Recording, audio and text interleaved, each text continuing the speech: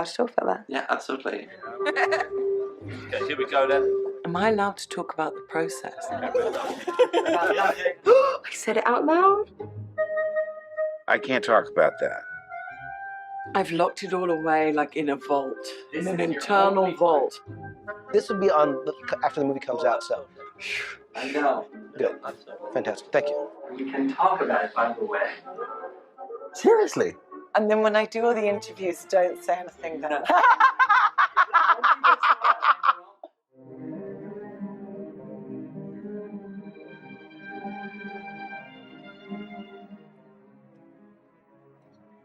I was just astonished. I mean, I can't tell you. I mean, it was the last thing in the world I expected. Part of me thought, oh my God, no, it's just a terrible idea. I had a beginning, a middle, and an end, and I can't really see anything that I could add to it. I was surprised. I mean, you know, you think, really? We waited this long? I looked better like 10 years ago. We could have done it then. At the end of the first 3 films that we made, I had no thought whatsoever about revisiting the character or whether there was any ambition to bring the 3 characters back again. Never gave it a moment's thought. If I had been asked at the time, I probably wouldn't have imagined the potential for it. The idea of the Star Wars saga continuing felt like a very unlikely prospect. I think JJ's hesitation was everybody's hesitation initially, which is, wow, I want to do, I don't think it's something I can do, it's too much responsibility. Who's at risk here? What's the outcome going to be? Who's going to survive this thing? There were definitely tears from me along the way when I thought that I might not be able to do it. I still thought that I was auditioning.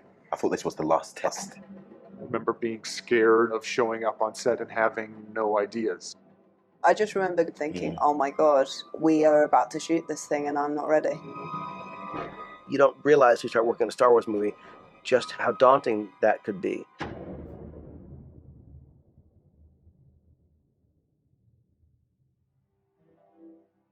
Obviously, I've been talking about retiring for several years now, where I'm not in the film business anymore. I don't have to run a corporation. And it occurred to me one day that the perfect person to take over the company was Kathy. And it completely caught me off guard. It was the last thing on my mind. And I almost instantly said yes. I just thought, what an incredible opportunity to step into this amazing world that George has created. But I felt that I really wanted to put the company somewhere which would protect it. When I first made Star Wars, everybody in Hollywood said, well, this is a movie Disney should have made. There's a lot of strength that is gained by this. You know, there's lots and lots of opportunities at Disney that we wouldn't have at any other studio. When the Walt Disney Company bought Lucasfilm, they very much wanted to have a movie by 2015. So the most important thing was to start to pull together the incredible talent for the film, and starting with someone like J.J. Abrams. First of all, great news in that we have a director as of about an hour ago, which seems to have hit the press already, which is J.J. Abrams.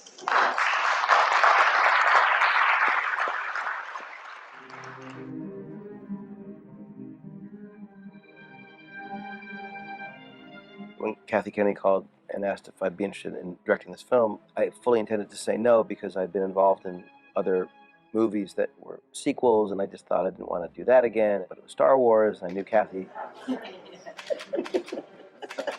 When we were discussing it, there was this one moment that I instantly had the chills considering, which was a young woman. What her story is, I had no idea, but saying, "Where is Luke Skywalker?"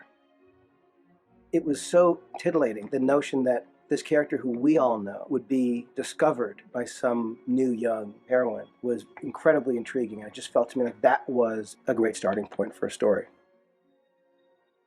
The way I approached how we would go about making episode 7 wasn't any different than what we would do with any large tentpole movie today.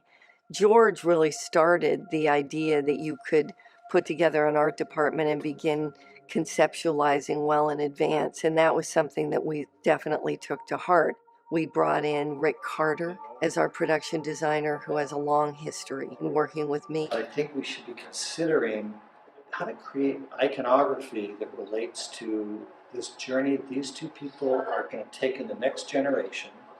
My approach to it, anyway, was to ask a very simple question, first of myself, and then of everybody up at Lucasfilm, which was, how strong is the Force?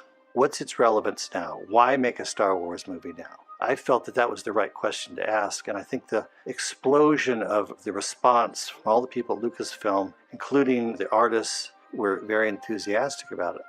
And Rick spent a lot of time with the art department that was Industrial Light and Magic. What we would do is we would have sort of weekly check-in meetings with JJ where we'd have a conference call, video conference call, and we would go through the art. JJ is very adamant that we kind of go back to the core aesthetics that made the original trilogy so great. And a lot of that was driven by Ralph and his sensibility. And for us, it's kind of going back home in many ways, both for the visual look and the style of the movie. The idea is not to copy the original films, not at all, but they should look like they're in the same universe.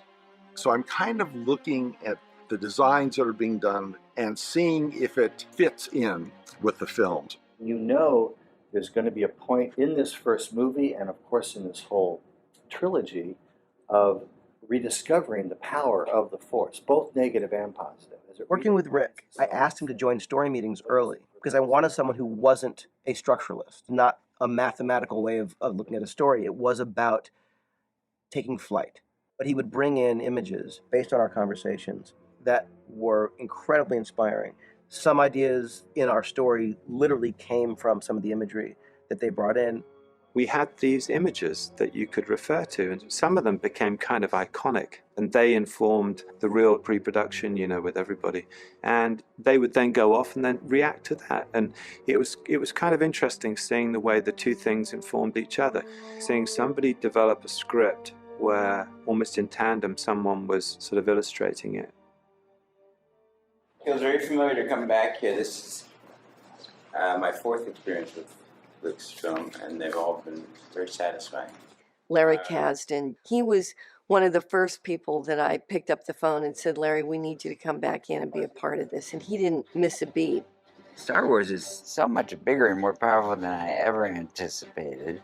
The reaction to Empire was so incredible and has remained for all these years. When I was doing Empire Strikes Back, my head was spinning. I really was unprepared for it, and we wrote that script very fast. Now I'm coming back to a tradition that is bigger than anything I expected. I had none of that doing Empire Strikes Back, so it's a very different experience. We would all meet in a writer's room, and it was Michael Arndt initially, Larry Kasdan, JJ, myself, and the development team. It was very much a collaborative effort, but it was Michael Arndt who was going to be putting together the first draft. He usually needs about 2 to 3 years to immerse himself in something and then actually create a screenplay. And we hoped and thought that this would maybe be one of those that would go a little bit faster, but it didn't. So when we had to make the transition to Larry Kasdan and to JJ, it actually went pretty smoothly. I've collaborated with a lot of people, and this was as much fun as I've ever had. Writing tends to be claustrophobic, airless, and tiring. This was not. The amazing thing about the process was that he took his iPhone with the recorder on, and we walked for miles and miles and miles. I'd never done this before, wandering around, recording conversations. It felt good to kind of be in motion because so much of the movie is in motion. And then, because of pre-production and everything, we wound up doing that in New York, and Paris, and London. It was like heavenly. And the whole time we're figuring out, what's the story going to be? What's the next Star Wars going to be? It was all to serve this one and only mandate that we had on this process, which was that we wanted to tell a story that would delight us and that would give us that spark, that feeling that you have when you watch Star Wars. Right now, we're working off a very unique situation where we have incredible talent. Many of those people did all the Star Wars movies. We're going to have each and every person reaching out and pulling in various people into this group so that they begin to take the baton. Because I'm one of the only people around that worked on those original films, I have a role in the show, which is sort of like some sort of past legacy hander on or something. Well, I have to say I feel very privileged to have been able to do all of them to this point. And to continue on and do number 7 seemed very natural to me. I've had fun with it, and I feel very good about it. For me in particular, it was really trying to get my head around the sensibility of, okay, now that I've worked on the prequels, I know what the original series are. What is the next generation? What is the next evolution? A lot of people, including myself, have been so inspired about Star Wars and what has come before.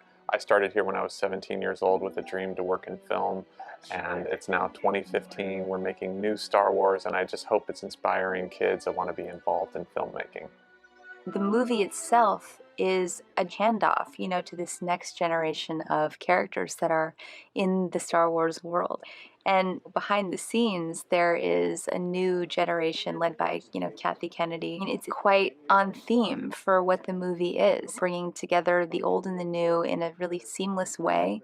The most important thing in the master apprenticeship kind of role that we were all in, obviously George created Star Wars, but all of us had to become, in a sense, students of Star Wars. A real understanding of the history of Star Wars, that was really important. We needed to understand the rules. And once we understood that, then we could branch out.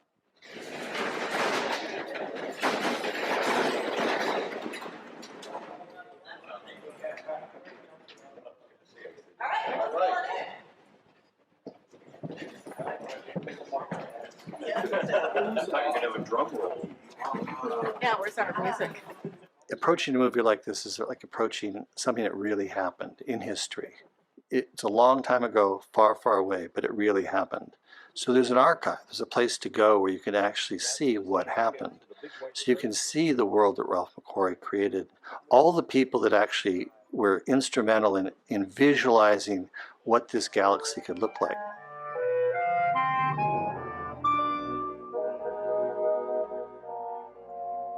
There was a feeling when I was a kid, when I saw Star Wars for the first time, that it was all practical and real. I mean, there were things like being outside the sandcrawler and seeing those treads, those massive treads right there. It was a physical, tangible, real thing. You knew it when you saw the movie. So we wanted to go back and embrace the look of those original films, which was all part of the feeling of how they were able to transport you into that universe. Trying very true to be almost like a period piece, to really put the audience back 30 years after Jedi. So it's really doing a period science fiction film, which is really fun.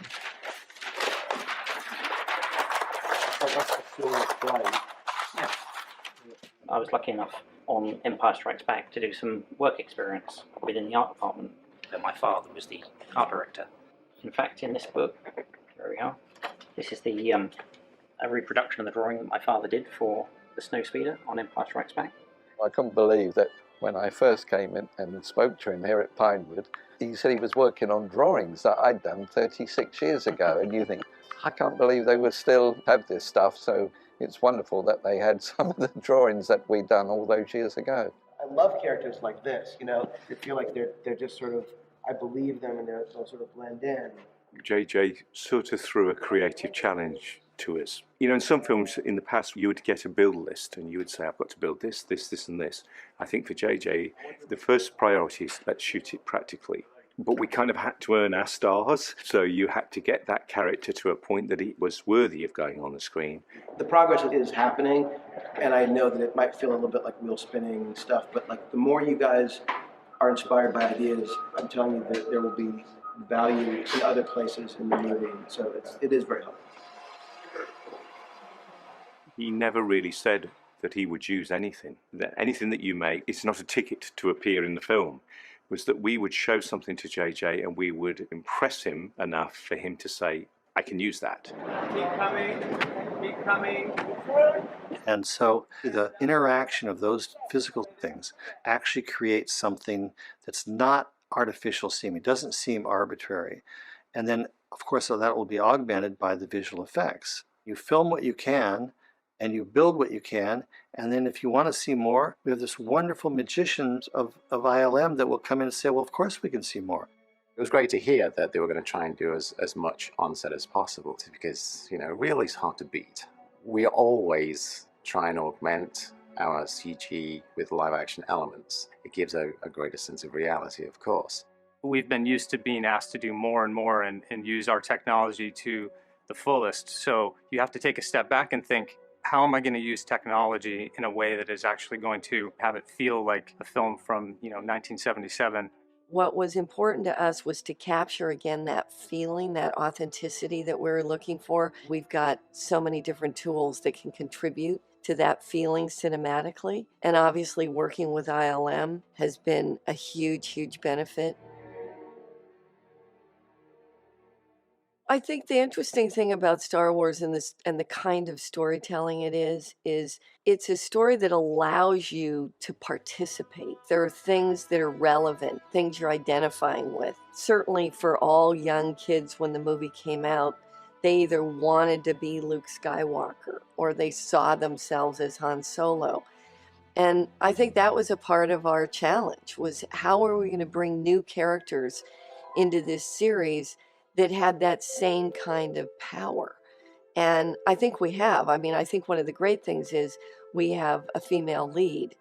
What we were looking for was someone new. And this character needed to be vulnerable and tough, sweet and terrified. And to find someone that no one knew who could do all these things took a lot of looking. You always feel like you're going to run out of time. You're like, But our casting directors, Nina Gold, April Webster, and Alyssa Weisberg, just did an incredible amount of work. And we were very lucky to find some great people, but the truth is, it wasn't until we found Daisy that we just felt like she was capable of doing all of these things this character required. Where am I? You're my guest.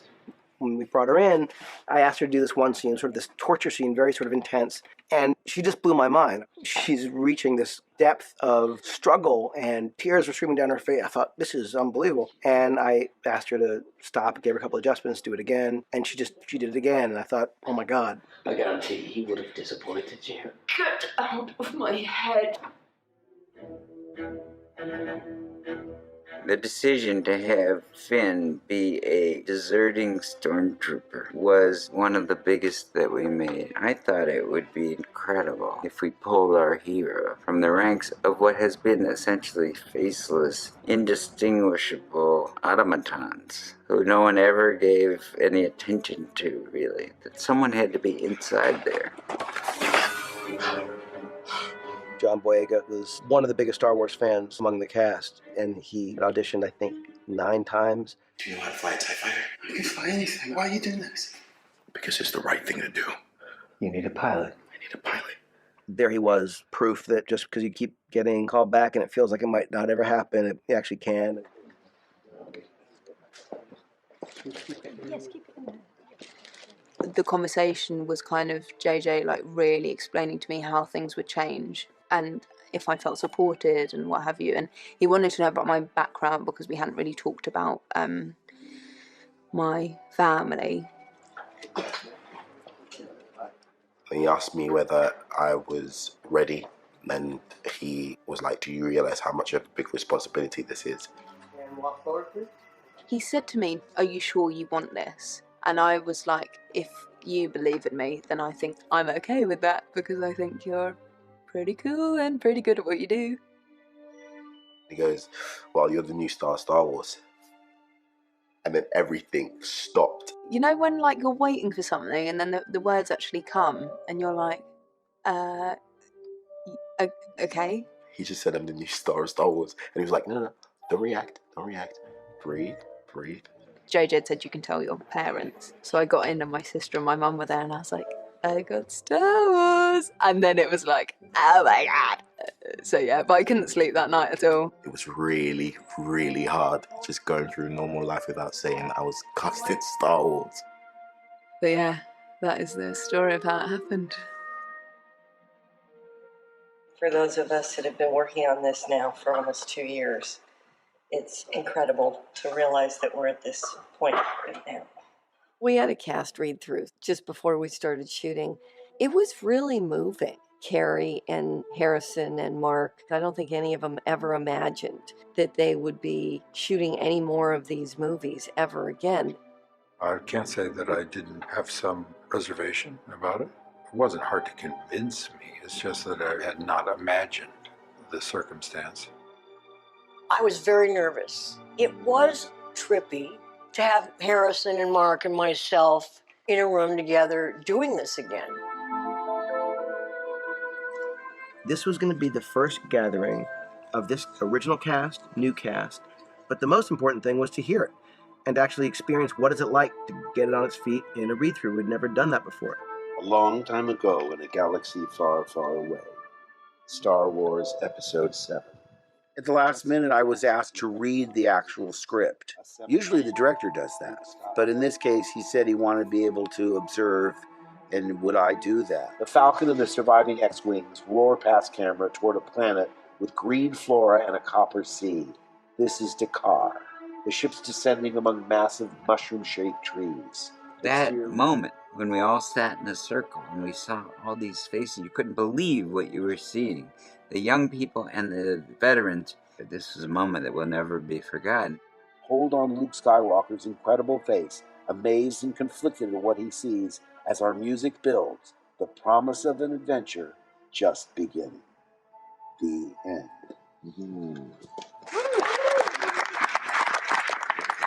On the one hand, you had this sort of out-of-body, oh my God, I'm in this place with this crew. On the other hand, you had the most sort of primal terror of, oh my God, it was also the beginning of production. That moment is like when you're at the starting point of the wagon train, you know, and everybody's gathering, and you say, who's that? And who's that? I don't think we ever really felt like we were ready to go. I know probably somewhere deep down they felt like, is this going to work? We're going out to face who knows what.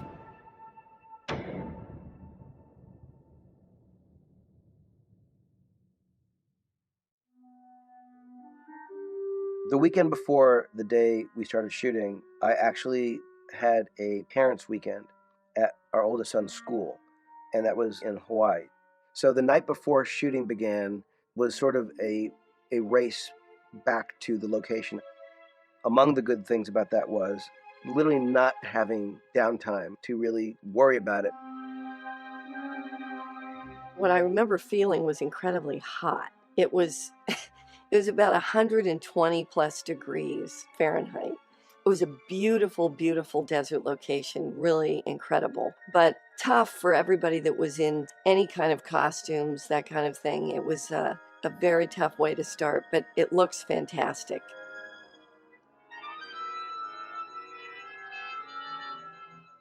First day. Sandy, it's hot, but it's absolutely amazing. We walked to set.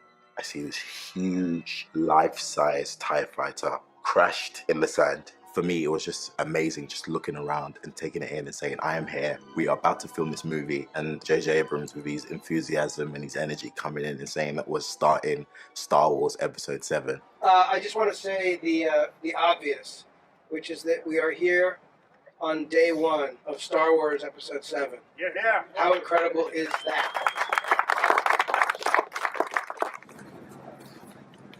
You don't need anything. Go. You don't need anything. You need a bag. Go. You are. Where is your helmet? Okay, very good. You can go. You're wonderful. Let's get your deep background.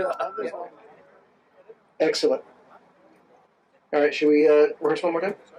I just remember I was told that, oh, Daisy's doing her first scene. So I was just like, okay, let me go down and go see it. What was the first scene when I was scrubbing the thing? My arm was aching. I know. I was just relaxing and you were just working so hard. And you were just there like this. My arm was aching and I kept not being able to get it right. Oh yeah? My God. When we got the first actual scene, it was exciting to see what she was doing and to hear her interaction with JJ. Here it is. These are the dailies from the first day of the new Star Wars film.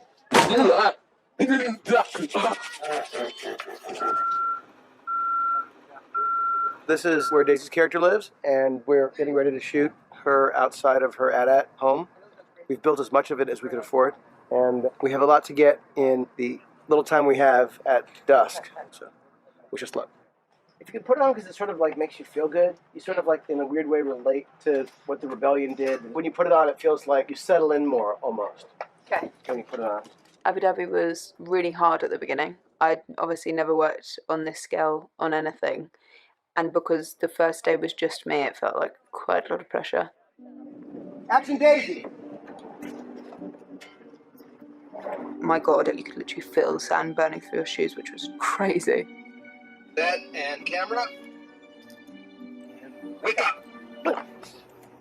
Then obviously Finn has to be in the stormtrooper outfit. So let's just say it was a combination of sweat, passion, ice cubes, and a lot of water. A lot of acting involved, but at the same time, not a lot, because it's hot. I'm exhausted. The location we ended up on was just so stunning. The sand dunes were breathtaking. So to be able to shoot widescreen cinema out there was, for me, what I personally love to go to the cinema for, is to see locations, places I don't get to see all the time. What was made clear to me very early on was that it was going to be shot on film, which is something that I love. I love working with film. When you're making Star Wars, there's really no choice but to shoot it on film. You have to, because the originals were shot on film, and it's very much part of how we remember them looking and feeling. There's something that you need to capture on celluloid, no question. What you brought me today is worth 1/4 portion. It's about 40 degrees, I guess, so it's hot in there, but it's Star Wars. I'd burn for Star Wars. I've worked with JJ many times. When I heard that he was doing Star Wars, obviously I was immediately on the phone like, what? What? I sort of said, I've got to come visit. And he said, yeah, maybe you should do a voice in it or something, you know, like be a droid. Because I kind of thought that being in it as me, as my face, I think people go, oh, it's him from Star Trek, it might spoil it. So I was kind of torn because I was desperate to obviously at least be part of it in some way. And then we discussed the idea of me playing a character who was in full prosthetic, which meant I could have my space cake and eat it. That's mine!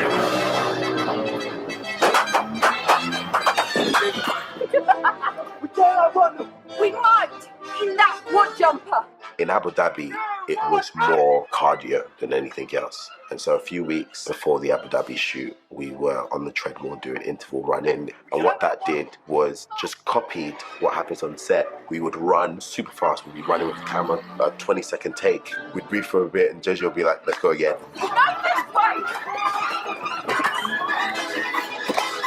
And cut. Without the guys we were training with, there's just no way. Neither me or John would have been able to get through Abu Dhabi. Keep me in shape. Keeping the girls. It was really hard. The actual hardest bit was when it was soft sand, hard sand, and one of the last runs was just a mix of the two, and that's just like a killer on the legs. Like it was almost a relief when there was explosions, because you knew like there was only so many times that you could do the running. 3, 2, 1. Oh, bang!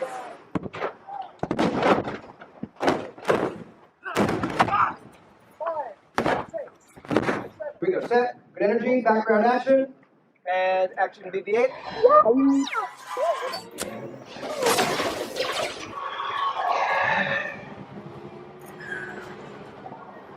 We just ran BB-8 from the gates to escape from the TIE fighter attack, and I wasn't quite expecting that today.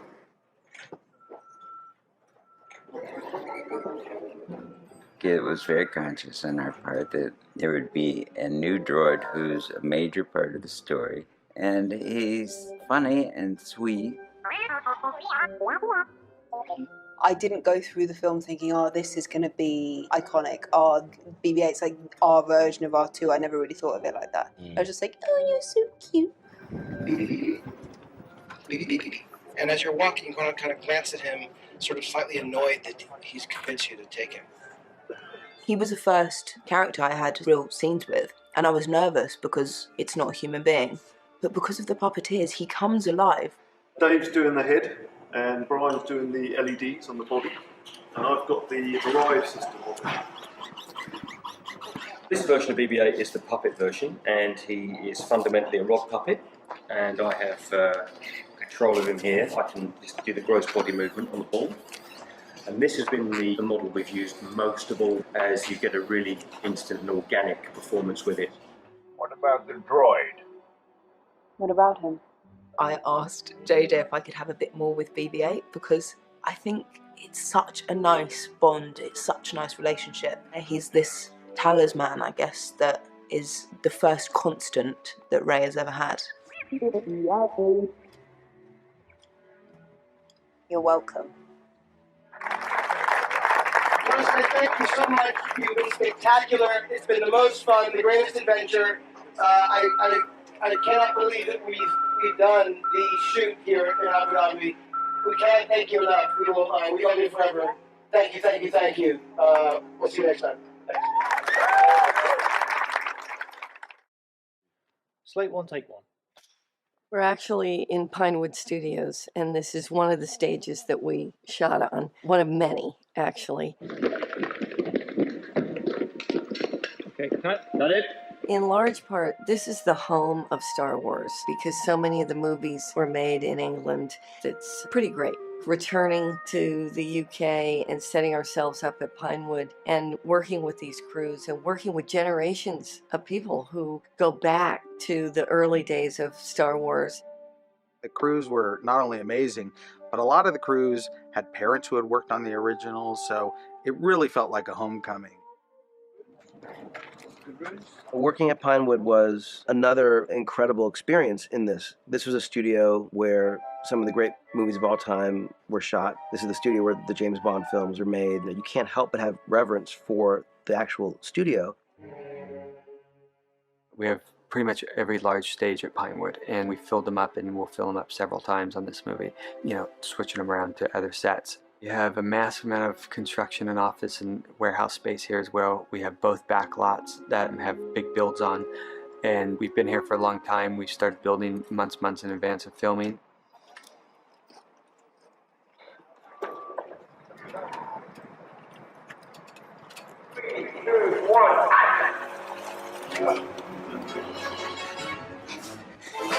We were very fortunate when we got Oscar Isaac to play Poe's character, because the role of Han in the first 3 movies, he's the one that draws your eye because you don't know what he's going to do. It's an archetype that all of us like. We wanted someone like that to be in this group. There's definitely elements of Han Solo in Poe. The cockiness of a fighter pilot, because fighter pilots are, these guys are incredible. The amount of things that have to be going on in their head at once.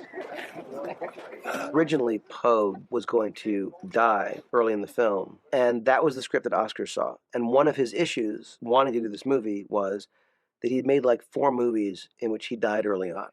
And he was sick of dying early on. A week or so later, JJ wrote me and he said, got it figured out, Poe's in the rest of the movie now. And so this idea that Poe comes back was something that was added later, which obviously for me was incredibly exciting and fantastic. I get to live. Going forward, what he'll add to the fight against the First Order will be really exciting to see where that goes. Boom!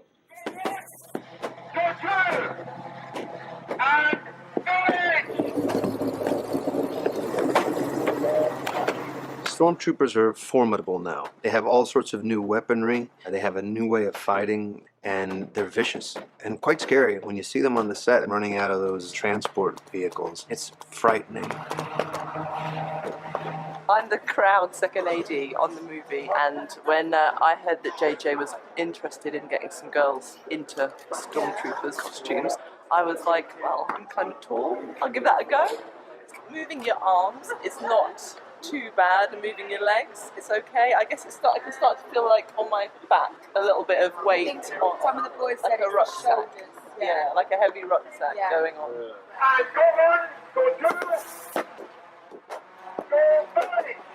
That was really exciting. Really exciting. I was a bit worried about getting up the hill because once the momentum's gone from going down the slope, going back up again is pretty tough. I'm absolutely loving it. It's like I feel like a child playing goodies and baddies and shooting lots of people. It's great.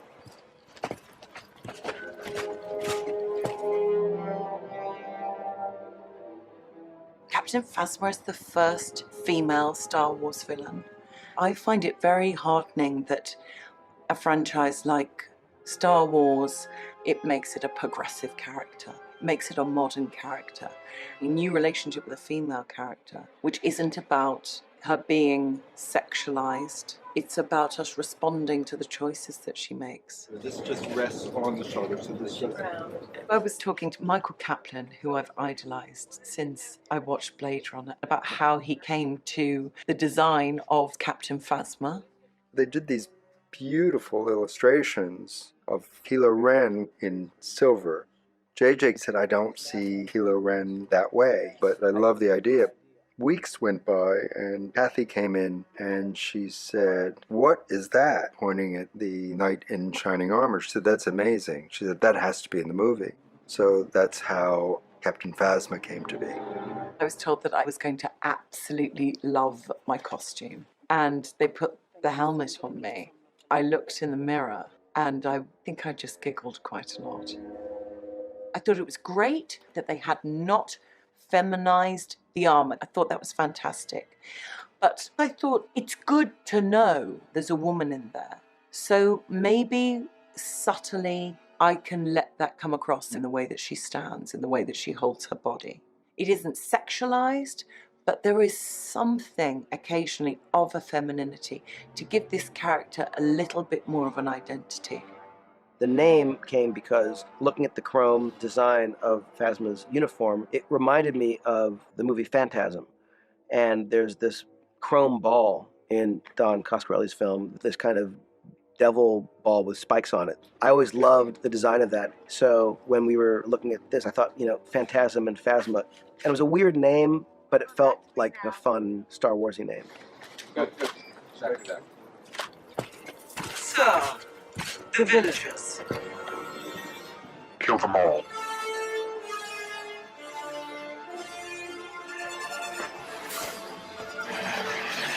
People want to tell you what your character is, and they have such a vocabulary for those movies. Everyone likes to tell you you're a villain. I don't think villains think of themselves as villains. I think they probably really think of it as more being right, that they feel justified, and I think that makes somebody even more dangerous.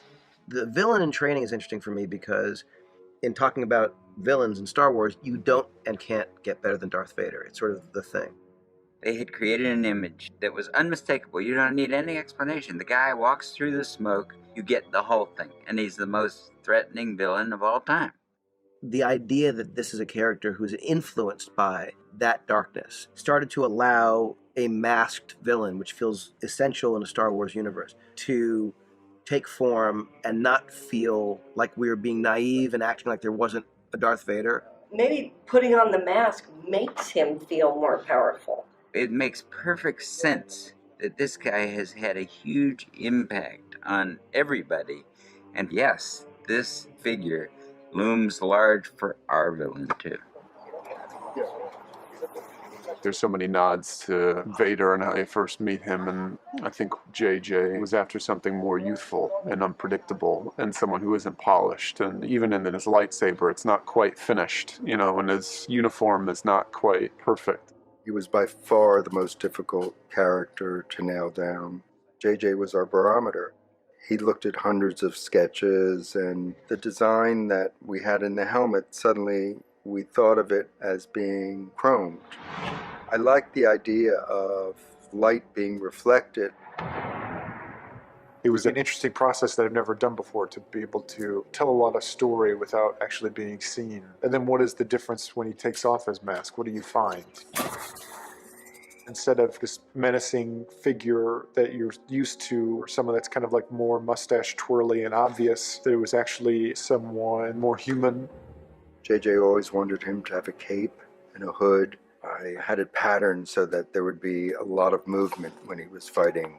There's chips taken out of it. It's not perfect. It's less manicured, that costume. Putting it on, it was like such an event. I was so pissed by the time we were ready to start shooting that I felt totally ready.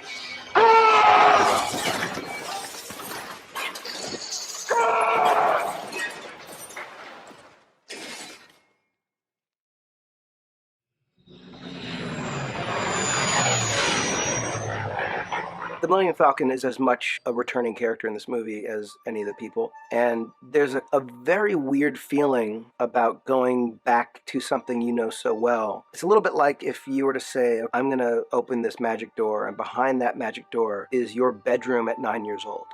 That kind of a feeling of it's yours and you know it. And so when you go back to it, it can't not look the way you remember it. It has to be what you know.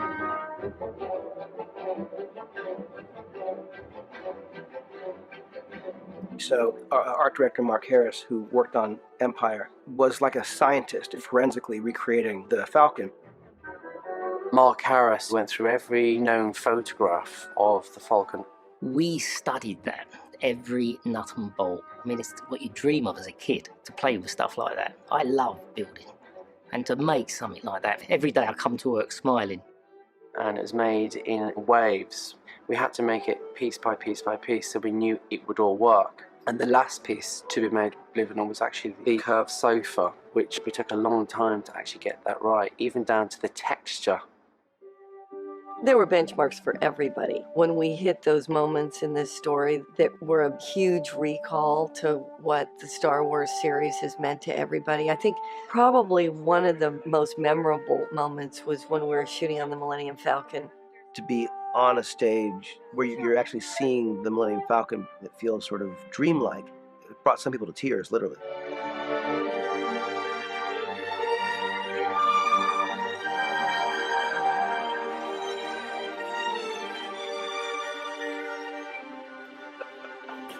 Oh my gosh. I'm literally shaking. Like, this is insane. I told you were in Star Wars. I just remember running up the ramp, just giggling. I went through that whole place, messing it all up. And all the props people and the guys on set were just kind of like, okay, can you control him? Because I started running, I went to the cockpit. You know, that little ball things, the Jedi training ball. I got that out, I started rolling that around. Oh, it was so fun. So I walked onto that set, completely overwhelming. I really am at 6s and 7s, to say the least. And then they introduced me to Harrison Ford. I had nothing to say. I'm getting horrible deja vu. I feel I should play chess. Now be careful now, too. Taking on the redux of the chess set, the idea that I pitched to JJ was that we pick up the chess set where we left off. And we pretty much go back to that frame where the little guy is getting back up and the big guy is coming to grab him again, and the little guy like, bang, bonks him. It felt like coming full circle again. He just stepped back into 1977. My favorite personal story, I was shopping at a random department store, and sure enough, who do I run into? Was Harrison Ford. I tapped him on the shoulder, I said, Mr. Ford, I said, my name's Darren, I'm one of the production designers on Star Wars. I'm actually building the Millennium Falcon right now. And he goes, the toggle switches. And I go, toggle switches? He goes, when we built it the first time, none of the toggle switches had any springs in them. They'd bought broken switches because they were much cheaper. So if you stood there long enough, the switch, which was in this position, and you moved to this position, would slowly come down behind you while you were standing there, because there was no spring in it. No budget for springs. Okay, and then I was here. Can you put the springs in the switches this time? He says, yeah, boss, we got the budget for that.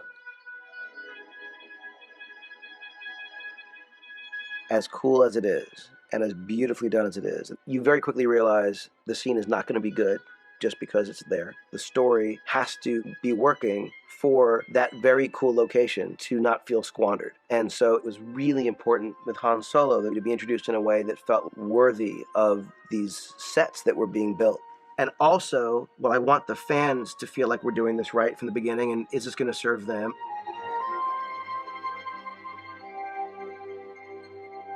Everyone was waiting for the line, which was Chewie, we're home. And we had given it the whole day because JJ really wanted it to be perfect. Han and Chewie entering the Falcon. I turned around and there must have been 200 people standing behind me, all staring at the monitor, wanting to see Harrison come into the Millennium Falcon for the first time. That was a huge moment. And camera, action.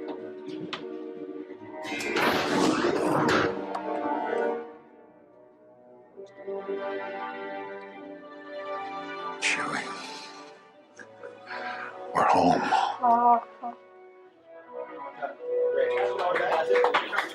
Mike, please with us. Mike one.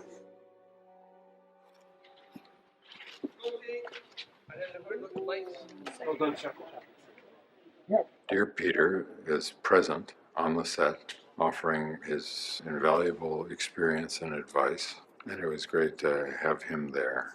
Getting back to the old days, the old ways of doing things. It's great.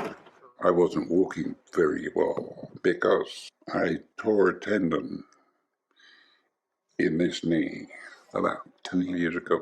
That meant a knee replacement. Because Peter's knees are not good. For many of the scenes, Jonas, who was a kind of stunt Chewie, is in the role.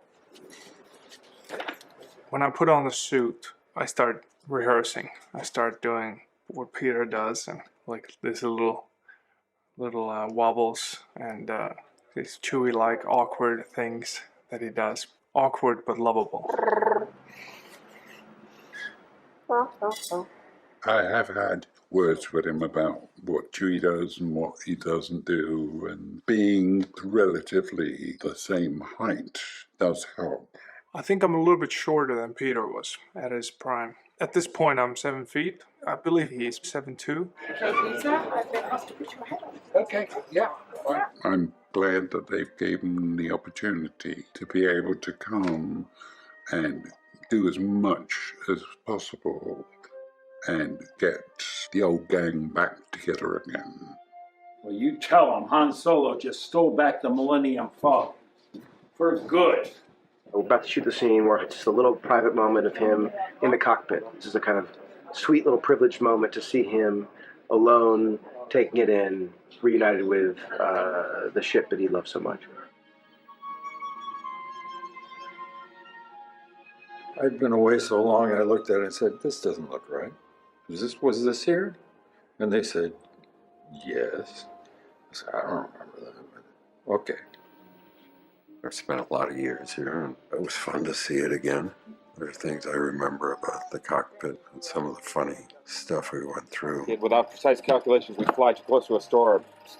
We'd sort of bounce into a supermarket and then...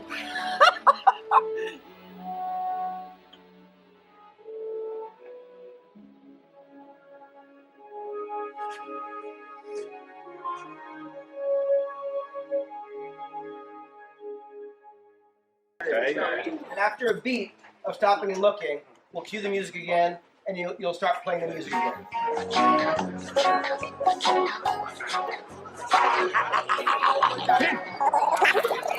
We wanted to develop a whole story that the castle was a place where people could come to escape and find a home with Maz. It's a communal place to make deals, plan heists. Han Solo! Hey, Maz! Maz, she's 4 feet tall, but she runs the joint. And everybody knows that. She's a woman who challenges people to find their purpose. You've been running away from this fight for too long. Maz was a character that you meet at the moment in the film when things kind of come to a necessary pause. And she was inspired by a teacher that he had. JJ had this legendary teacher named Rose Gilbert. They're like, Maz's character's going to be Rose Gilbert. We've had pictures of Rose Gilbert all over our workstations when we were drawing. I definitely think that the spirit of her is very much present in that character. We initially talked about doing her as a character that was going to be performed with a puppet.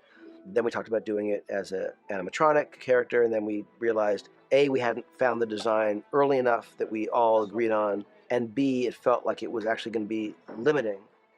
Well, I know that JJ has been fascinated with motion capture, And it was something that he was really keen to have in his film. The embracing of the old guard of doing things and the new. CG has gotten to a place where if you have a good enough team doing it, and we have the best in the business at ILM, then you're able to have it be indistinguishable from what's real.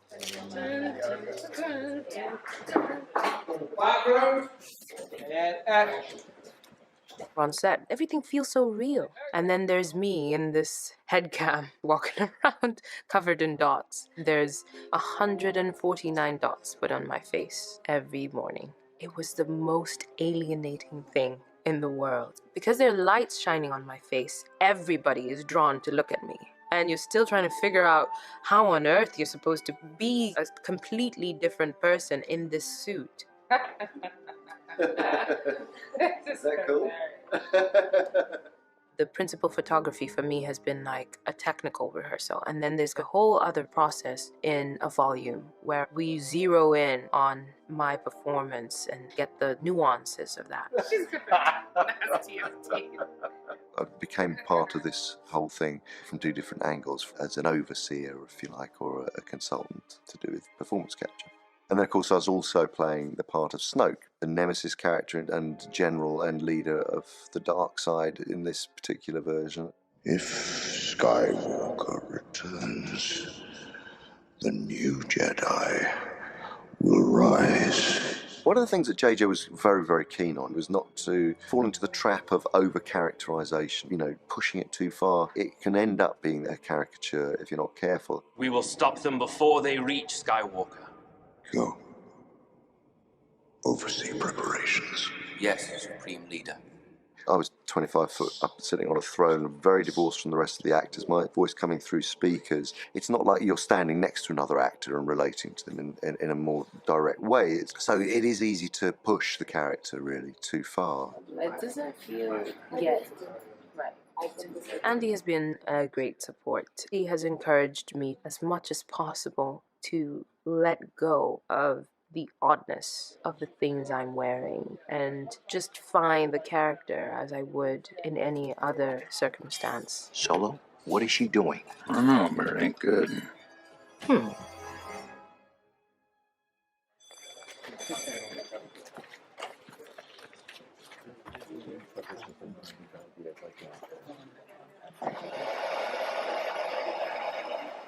So we're on E Stage, which is the Resistance base, and it is one of the first sets that we actually designed, and originally was conceived when there was more of a jungle up above.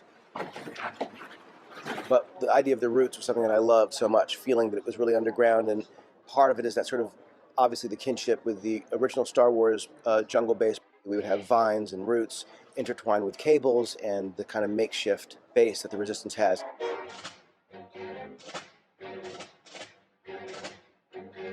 So at the very beginning of this, you say it's a Death Star, and then you say, if that were the case, maybe 4 feet above the center of the table, that expands to a big sphere that would basically be the diameter of the circle. That's why I say it's dark. The scene that made me feel like, oh my gosh, this is crazy, is when all of the casts are around that table planning. I just want to say one more thing when everyone's done. The moment that meant the most to me personally was Akbar was on set. Step, Sam. Step. And, you know, security's been so tight, we're not allowed to take pictures or anything, but I had to take a picture of Akbar on set and show it to my brothers because we loved Akbar, you know, it's a trap. How is it possible to power a weapon of that size? It uses the power of the sun. You see General Akbar speaking, and you couldn't buy this as a Star Wars fan. It doesn't get any cooler than that. I can shut down the shields, but I need to be there on the planet. I mean, that scene was incredible, though. Poe Dameron's there, Harrison was there, C-3PO, Princess Leia, R2-D2's in the corner. This is R2-D2's tent. This is Lee. This is Oliver. Both guys responsible for making the R2-D2s on the film. We brought in fans who were also people working in the business, so we had different degrees of obsession. I just studied electromechanical engineering and needed a hobby, so I joined the R2 Builders Club in 2003, and it wasn't until sort of 2007 I actually had my R2 almost finished. Went to Star Wars Celebration Europe and we had sort of backstage passes, and I was very cheeky and asked Kathleen Kennedy if they were making a film and they needed any droids, contact me. And then a few months later I got an email, and here we are. Oliver kindly invited me to join him on board with this job. Coming here on a daily basis, 5 days a week, I don't take it for granted any second I'm here, you know, it is unbelievable. Anthony Daniels came over mid-shoot and said, you know, what a good job we'd done and how they compare to the old ones. He was impressed, which was a big compliment from someone that's worked with so many R2-D2s. BB-8, you're wasting your time. In the first film, in episode 4, 3PO, his left leg was silver. And the idea was that 3PO had a history. Star Wars didn't just happen out of nowhere. It wasn't page 1 of a new story. But you were kind of tuning into a chapter here. Move forward, and JJ takes that idea several notches higher. I wanted to make sure that when you saw 3PO in The Force Awakens that you knew it was from this era and this moment. I wanted to mark him in a way. 3PO, he has a red arm. Because something's happened to him in the last 30 years. The rebels have had all sorts of dramas, and one of his was clearly losing a limb. And then, oh, hey, here's one, it's not the right color, but we'll spray it later. And the idea was he's been burdened with this damn red appendage, and by the end of the movie, he's gotten his arm back. You know, he's got his proper arm reinstalled. The story as to how he got his red arm is actually going to be in a comic book that they're doing as a separate piece.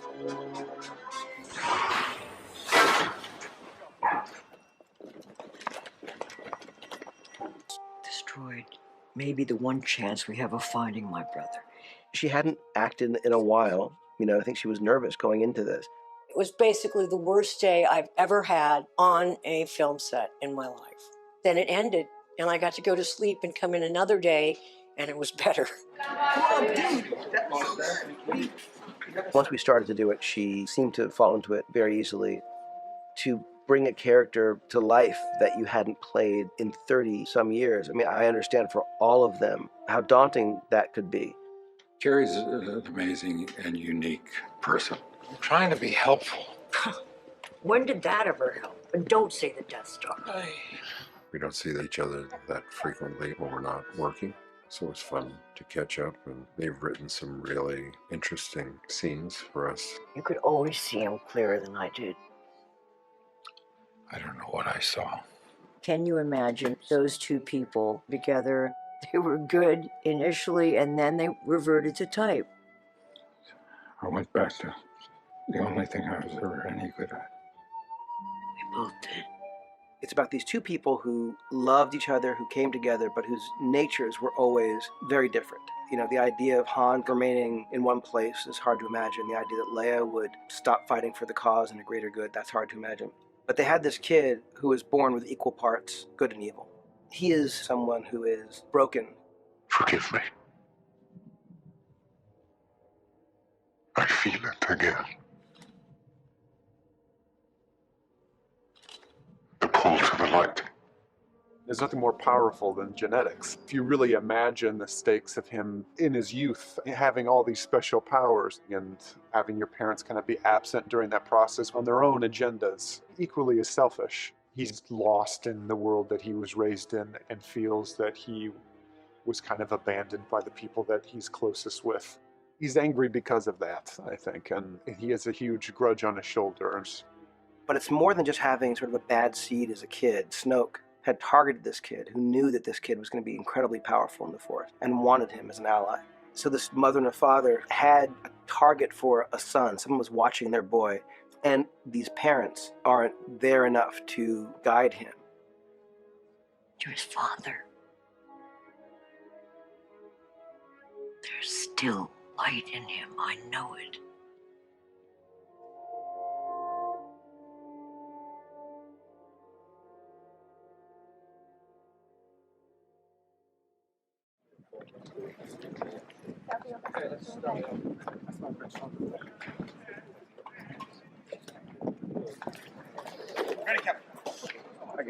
I get it. But it could be. I mean, it could be like this. the fun of celebrating the return of these characters that we know is certainly a part of this movie, but I never felt like we were telling a story about Leia, Luke, or Han necessarily. It felt like a story about a generational handoff, that this was really a story about Rey, about Finn, about Poe, and about Kylo Ren. And you can't have that handoff without cost. Background. You know, no matter how much we fought, I've always hated watching you leave.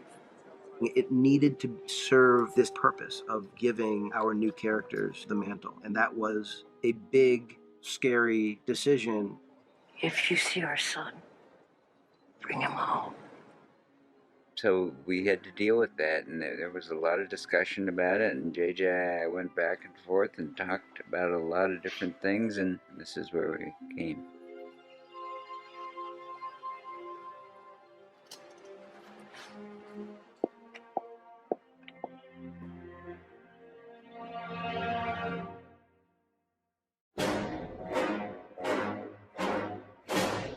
It was the scene that I think that terrified me the most. And yet it was an absolutely critical part of the story, and mostly, perhaps, for the villain of the piece. His destiny is resolved in a powerful and effective way. Boom. Right, and you go over there, and then 3, 2, 1, 2, and that's yours. I remember a specific time walking on set with Harrison and him saying, you know, look what we get to do. For me, that was like an amazing moment because he's someone who's accomplished so much. He's just as in awe of the process and feels so lucky to be involved in it. It's a very inspiring thing. Bang. Bang. I enjoyed playing the character in the first. I enjoyed playing the character in the second. By the time we got to the third, I thought there was possibly no useful purpose for this character except as a human sacrifice. It's not that I wanted Han Solo to die. I wanted Han Solo to be able to lend some significant emotional weight to the story. I was resolved to be useful and to pass on responsibilities to others and get out of the way.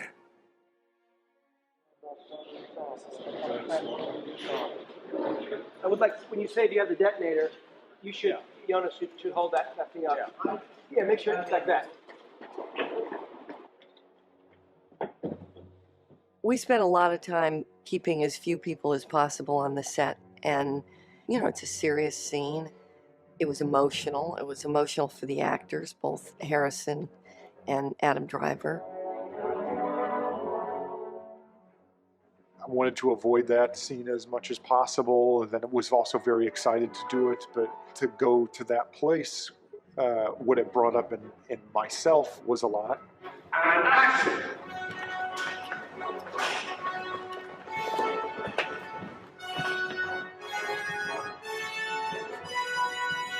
We're not kidding here. This is serious stuff, and we wanted it to be right. You have all these things that are going on in your head, but that really goes away when you're staring across from that other person.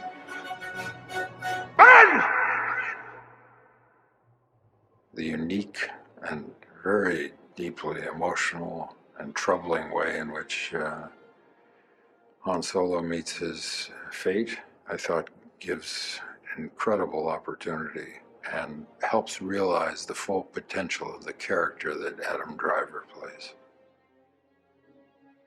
He was so generous that there really wasn't much I had to do other than respond to him.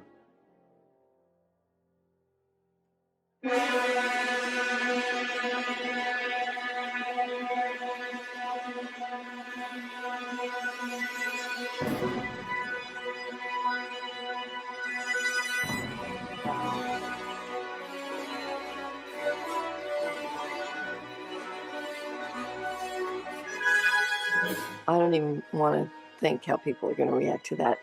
It was a necessary component. This is not just the Force Awakens in a young woman. This is the dark side of the Force awakening in the villain.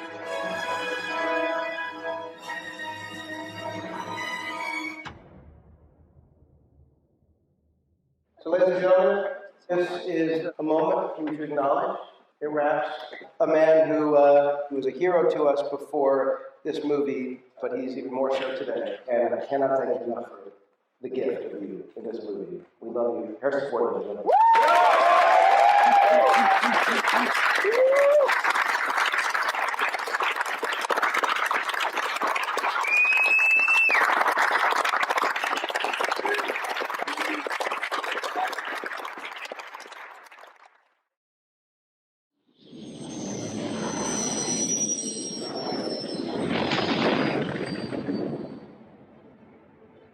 Luke Skywalker was for me always the way into Star Wars. This movie was always very much about getting to him. If you imagine a place where the Jedi Order could have actually first emerged, that's what led me to Skellig Island at the end of this movie, because this is a place that emerged in 600 AD as a Christian retreat from the world.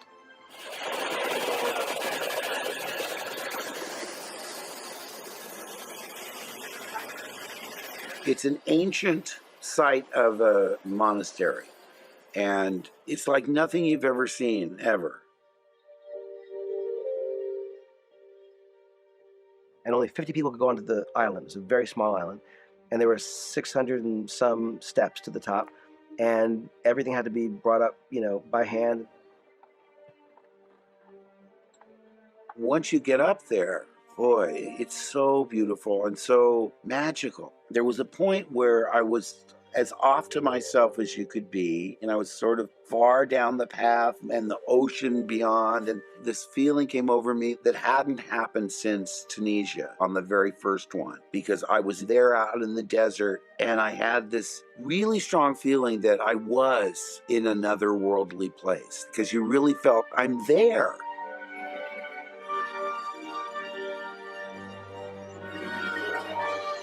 Skellig was the first meeting of Rey and Luke, and so late on, there's such a big build-up.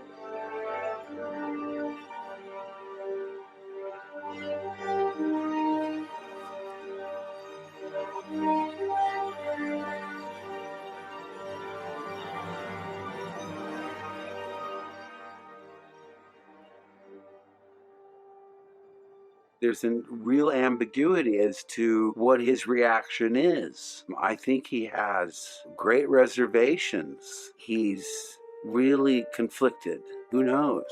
We'll have to wait and see.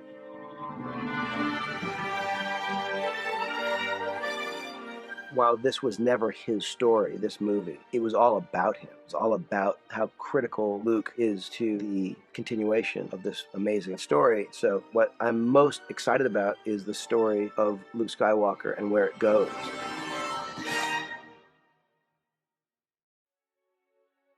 I think for many people, a marker is Star Wars. I know it's a film, but actually it means much more than that. For me, Star Wars seemed like a kind of universe that might accept me. There might be a place for me in that universe. People love it so much. It is a family experience. That's what it is. It's not even a movie. Just families do Star Wars together. It's a verb. I don't think there's anything quite like it in the history of film. We have the opportunity over decades to take the same material, use it again, and add something to it and revoice it and rework it. It's been a challenge, and it's been fun, and it's been certainly a privilege. I think in the end, I have to say that I just feel very grateful. This is like an opportunity to thank everyone for a lifetime of support, of love. If it weren't for the fans, we wouldn't be sitting here. And I've never forgotten that.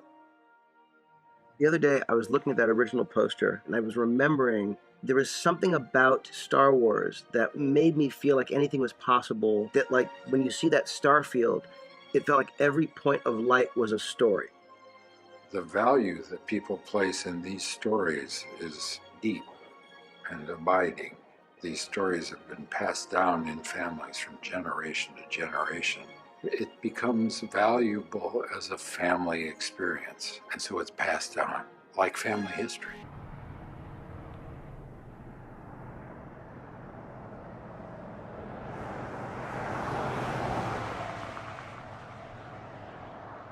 Hey, let me ask you a question. Where are you guys from? San Diego.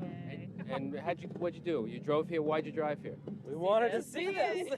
Harrison Ford and Mark Hamill and Carrie Fisher and Billy D. Williams are here. When you watch the movies, you can tell that they were made by people who really cared about about what they were doing. Seeing this part of it filmed, and there's all of the props around, and there's people lying on the ground, and it's all cruddy, but you know that they're going to take it back and put in the opticals, and it's going to be totally different. I mean, so we're there's magic to that. We're all in Tatooine right now, so that's terrific, you know. By the time all 9 films are done, it's going to be like, I mean, I'm afraid to see what you guys are going to come up with. It's going to be amazing. It's that time again. So Mr. J.J. Abrams, I'd say a happy day 1 on Star Wars Episode 9. Hip hip! Hey! Hip hip! Hey! Hip hip! Hey! Thank you all, okay. Thank you all. Cheers. Today is day 1 of Episode 9, and we're starting on the Falcon, which is incredibly surreal to be back. I never in a million years, never thought I'd be back on this set. I'm so excited. It's not remotely what I'm sure it was like for the legacy actors to come back at all, but it is a strange thing to return to a place that you have fond memories and feel like you got to do something very special and sort of dodged a crazy bullet and was like, oh, I did it, and now to be back here feels really weird. We came into that first movie with a lot of trepidation. All of us, you know, knew that we had this huge weight on our shoulders. And now to have everybody coming back and working together, it's kind of like the family coming back together. I can't even believe it. And that's made it really nice. We all know each other, the crew are used to each other. Oh my God. And now to finish it off with JJ is a blessing, you know. And so I just get to enjoy my job. It's not just the end of 3 movies, it's the end of 9 movies. There's a lot to consider, but I couldn't be more grateful and I couldn't be more comforted by the company I'm in. I come to Star Wars first and foremost as a fan, so I have extremely high expectations. And the world of it means so much to me that I'm not easy on it. And so we haven't been easy on ourselves. This is their creative faces. They're creatively trying to come to a decision and they do faces like that because that's what they do. That's how we creatively get to a point where we can make real Star Wars decisions. And we'll do a thing. What do you say? I'm gonna rewind this and watch it. Every day we ask ourselves, how do you end the story that George Lucas started so many years ago? How do you end this myth that's become a myth for the whole world? Rolling. Rolling. Moving, and we're flying. Check. And action. Action. The fun begins. How long before you can make the jump to light speed?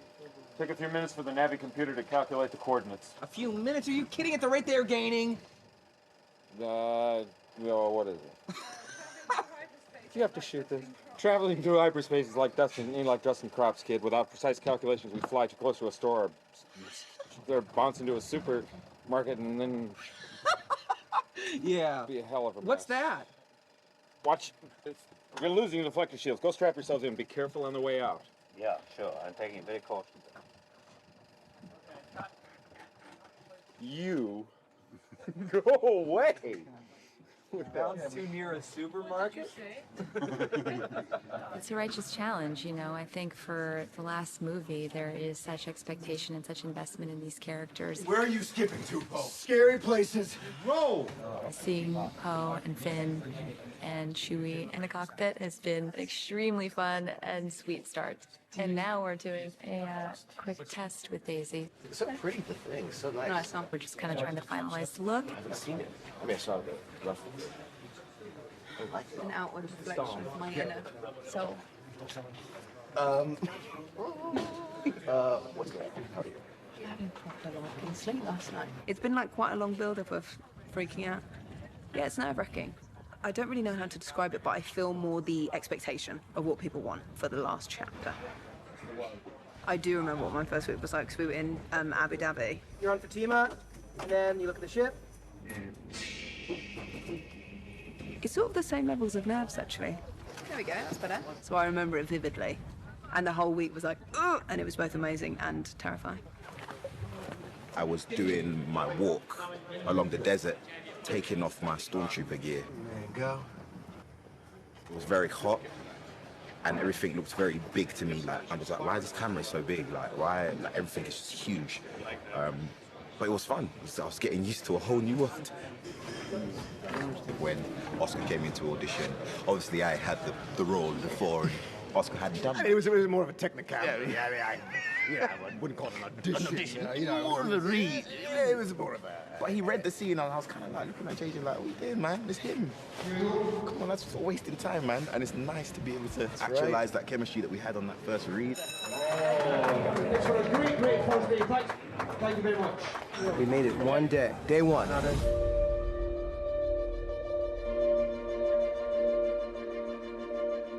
It is my honor to be the one to introduce back to this universe Mr. Billy D. Williams. I'm quite pleased about this whole situation, coming back as an elder statesman. Will you die in the movie? No, not yet anyway. No, I understand they want to carry this character on, continue. I think he's going to be part of the heroes, you know. Well, look at you, a general, huh? You look damn good. What's wrong with setup? Let's do it. I love the whole idea of a movie like this because it talks about the classic question, you know, about good and evil, and what prevails and what doesn't prevail. There's some things to gawk at. Really deep. Trust me. You said it, Chewie. One last time. Did the apple take one? Gonna use your help out there. How'd it go? Not well, actually. It is the first movie that, you know, ostensibly this new generation had to carry on their own. As the End of 8 left the Resistance, you know, in kind of pieces, they've set up camp quickly with what they've been able to resource and access. It's weird coming back and kind of feeling this, like, earned confidence of having done it before, but also knowing that there's still going to be times when you're figuring things out and it's different and new and scary, but you can get through it with the people that you're working with. I love it. I like it too. It's really good. You want us coming through? I say hurry up. Making JJ laugh is my #2 priority, you know. Get the shot, nail the acting, make JJ laugh.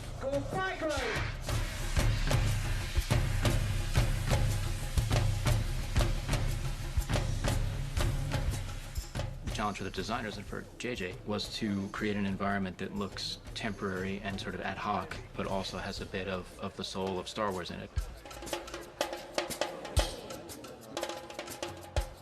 Looking amazing, guys. When I'm in it, I go, go. Look straight, yeah. That's it. That's amazing. Really? Yeah, bloody hell, how much you lifting in the gym, bro? You have your whole situation in here, boy. Yeah, man. You put a microwave in, a little TV on the side. That's what I'm going for. Home sweet home. As we decided that we would link this place with Leia's past, it all started to come together. Kevin has the idea we could put the blockade runner in the middle of the cave, and that's why they're hiding out. That way, every time you turn around, you're going to see the blockade runner. The blockade runner is the first ship that you ever see in Star Wars, a ship that is running from the Imperial Star Destroyer. It's the first time we ever see Princess Leia, and so it was trying to link this last film all the way back with the very first film by saying, this is how we've introduced her and this is how we finish her journey within Star Wars. You guys walk away quick, go. When we were doing 7, she knew that that movie was very much Han's story, and then 8 was very much Luke's.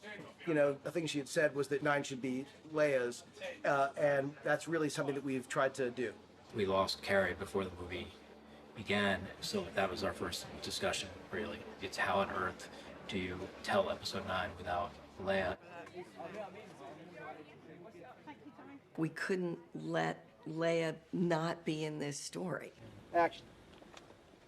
Rey? Leia is extremely important as a part of the conclusion of this saga, so we had to figure that out. May the Force be with you. That's beautiful. One more time. That was great.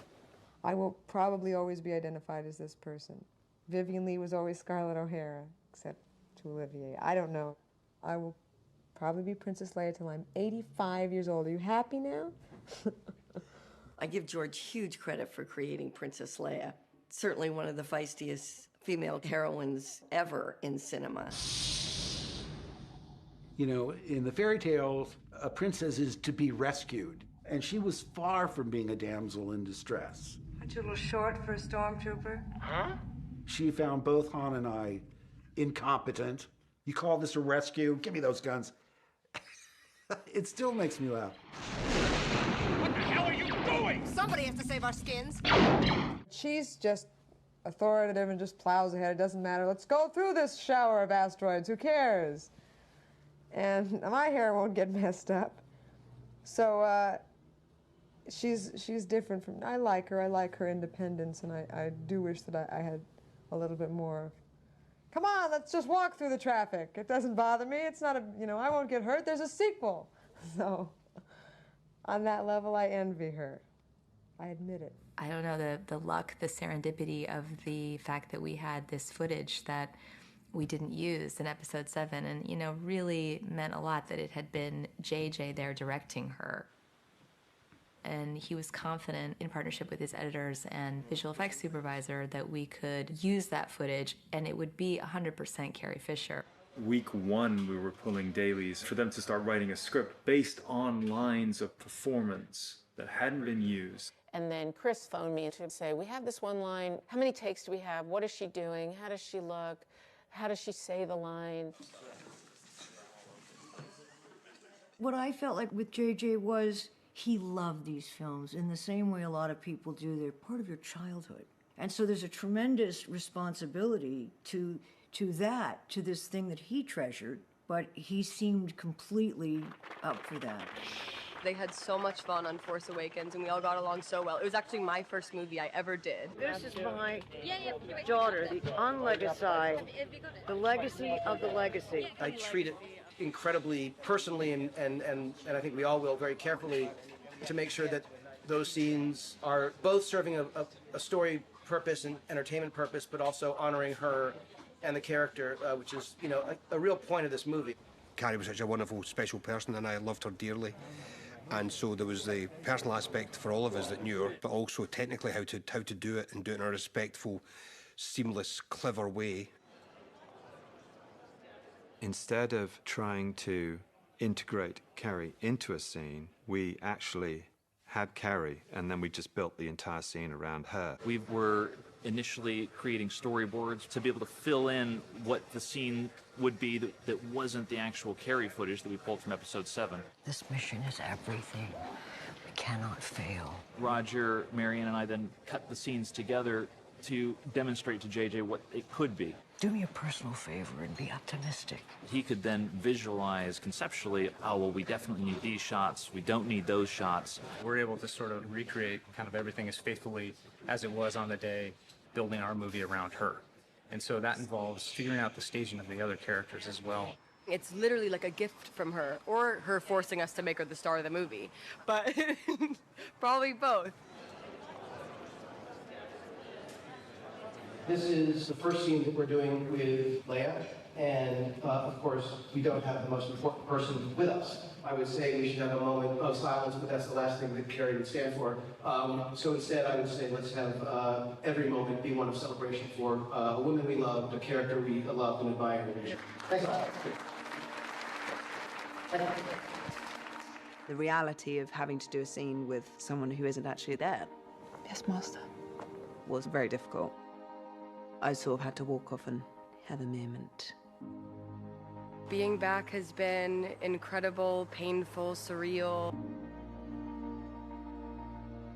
All of the adjectives that you can come up with, probably I've felt. It was a hard day, but it was a good day. We've had tears and we've had, laughter and memories. Yeah. And the fact that there were so many people around talking so fondly of her and, sharing our memories of her, and with Billy to be able to listen to, how people think of her mum, it's amazing. Yeah. There's no one in the entire cast and crew that was more supportive than Billy. And so to know that we were doing this with sort of her at our side, that's something I'll just always be grateful to her for. I'm so happy. And she would be... Daughter, which is amazing. There was this idea in Return of the Jedi that there is another, and of course it refers to Leia. And we thought that was kind of a promise that had not yet been fulfilled. So when she says at the end of episode 8, we have everything we need, it felt like the perfect transition to this story where we come in and discover that Rey is continuing her Jedi training, but she's being trained by the other Skywalker. It's fascinating to watch an actress come into a role like Rey and to be 19, 20 years old. Even the idea of getting strong physically, all of that was new. And now as she's emerging as a powerful Jedi, and you're watching her as Daisy actually move through that process, there's an interesting parallel. Bit of dialogue. I went into it knowing that I wanted to be healthy, doing stuff that literally feels good for your body. So I was sort of combining a number of things. So I was doing essentially bodyweight training 5 days a week and then kickboxing twice a week. On guard, dialogue. I took karate, kendo, and did a little bit of weight training. They sort of want to mix that martial arts flavor in with the traditional foil fencing. That's good. All right. Okay. All right. Yeah, we have to rest now. Okay, that's it. All right. I can't talk now, I'm out of breath. He's becoming better than Errol Flynn. What do you mean by difficult? This is unusual. You know, I haven't seen this one before. Then you pull the saber out. Here we go.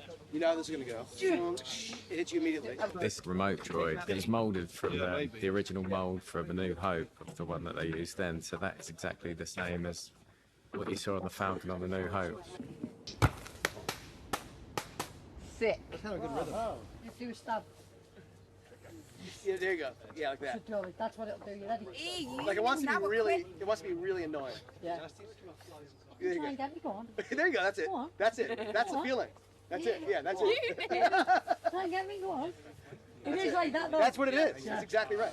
Eunice, just a tremendous stunt coordinator, amazing force of nature. She just came across as a breath of fresh air, someone who would attack this with a passion that JJ would respond to. She's done the tightrope going. She gets the ribbon. Now she's running back. 30 foot's quite a big gorge. It is. Do you like the idea that there's like a half fallen tree and she sprints up the fallen tree, so it just pitches it off over the gorge a bit and she gets the height come down on? You believe it more? You would believe it more? Yeah, cool. All right, nice. Hey, go on! Yes, home run! Boom! Have it!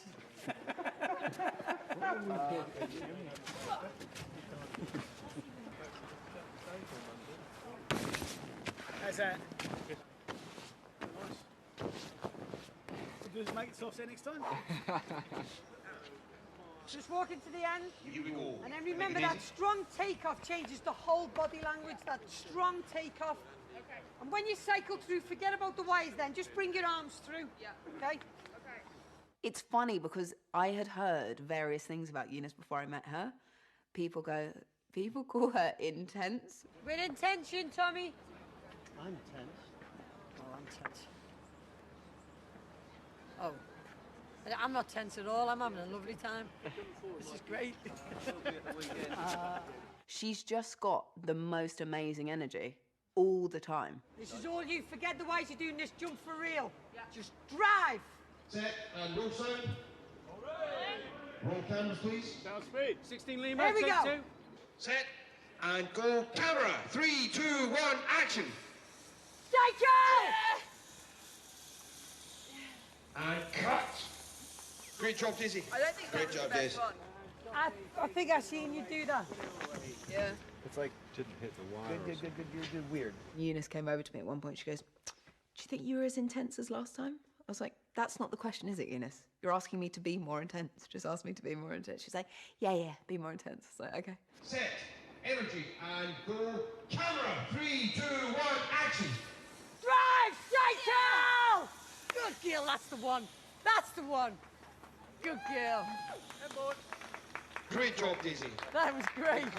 The excitement on Eunice's face when we nail it, she's just like, ah! I mean, it's just so, you're just so happy she's happy.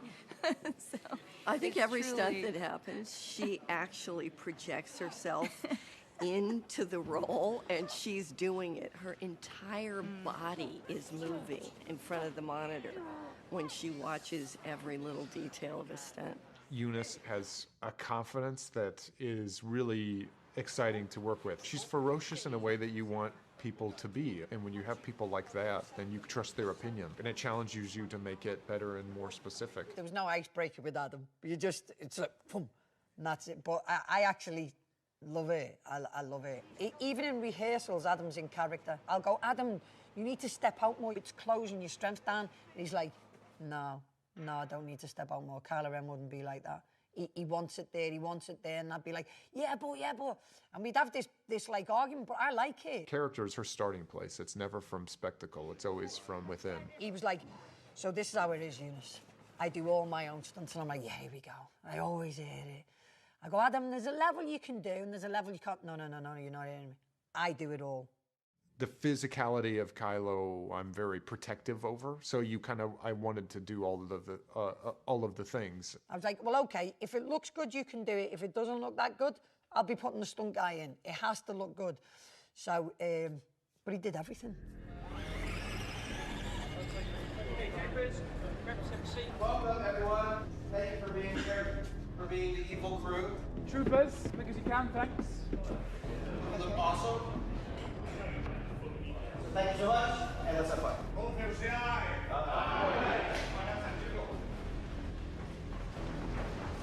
At the start of the movie, you find Kylo the most assured of the choices that he's making, going deeper and deeper into the dark side.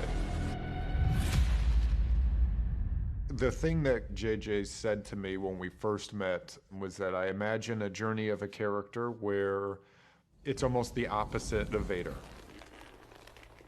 Someone who almost starts the most vulnerable and kind of gradually becomes closer to his convictions, more assured about his choices, has metaphorically and physically killed his father. The unique and very deeply emotional and troubling way in which Han Solo meets his fate helps realize the full potential of the character that Adam Driver plays.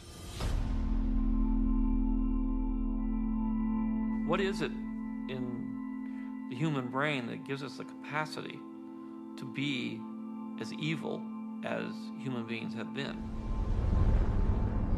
That's what I wonder. I wonder, how can those people possibly exist? Compassion and greed. We all have those two sides of us. We have to make sure that those two sides of us are in balance. What happens when you go to the dark side is it goes out of balance. At the heart of this movie is a darkness.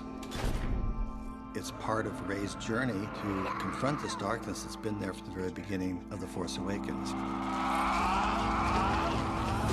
We knew from the beginning that there would be a Heart of Darkness-y structure to the movie, and that this would be about Rey's journey to the darkest place, both in the galaxy and for her. But we had to work a lot to try to figure out exactly what that was, exactly what it meant, how the past would come into the story, how the present and future would interact with that past. The idea came up of, well, what if Palpatine lived on in some way? Within about 30 seconds of discussing that idea, we just knew that it was the right idea, because we knew that this has always been a story of Skywalkers and Palpatines. It's a generational story. I mean, the idea of the story of these grandchildren grappling with the same things that their predecessors had dealt with. It just felt poetic. My favorite scene from the prequels, Palpatine telling Anakin the story of Darth Plagueis the Wise and his obsession with cheating death. And it sits there like the greatest setup of all time. The dark side of the Force is a pathway to many abilities some consider to be unnatural. So it could be this unholy combination of trying to prolong life both through medical means and through dark magic. I love that he already looks like his action figure. I feel I've been lucky for the third time. When George saw me for 10 minutes all those years ago for Return of the Jedi, I was suddenly the Emperor of the Universe. So then to get this call, it was once again a third time extraordinary experience. This is fantastic. This is so good. Is it still insane? It's insane. It's insane. It's actually getting more insane moment to moment. Welcome, young Skywalker. I have been expecting you. It's like he has this instrument that can go from, you know, a whisper to this, you know, mega roar. It sounds like he's got a tiger purring in his throat, and that makes the hairs stand up in the back of your neck. This is the full Emperor now, bursting forth, as he always was. And it's clear that although I have the best makeup artist in the business, he doesn't. I hadn't seen him in his garb till on the day, and it was awesome. The way it's described in the script is so creepy and so weird and unsettling. I just want to see Ian be the Emperor again. I'm really excited about that. Look what you have made. The idea that this is an ancient place, a place where maybe the Sith really began in the very beginning. The ideas are not just coming from the script. There's a visualization process that also invokes creating ideas. This feeling is so dramatic, you know what I mean? This like tumultuous, stormy feeling. It would be great to talk to Dom about like what methods we may be able to employ to create that sense of it's a crazy storm, and just do it, you know, in camera. One thing JJ was always impressing on me was the fact that Rey must feel small. We must feel like little people in a massive world. The context of it is I'm under I'm an ant under the shoe of a giant. When we made these, a man was going to be about that high. Now a man's going to be about that high. So these are absolutely giants. The thing that we're talking about is if we cast someone that we want to see, the mask becomes something that's a choice. And so his putting it on, it's almost oddly a vulnerability. Putting on the mask makes him feel more powerful. JJ wanted Kylo Ren to have the helmet, yet we had to address the fact that he had destroyed it in Episode 8. There's a technique that the Japanese use when they have broken pottery, and they put it back together with gold. It's always very evident that the piece was once broken. Rather than do the gold, we did a bright red.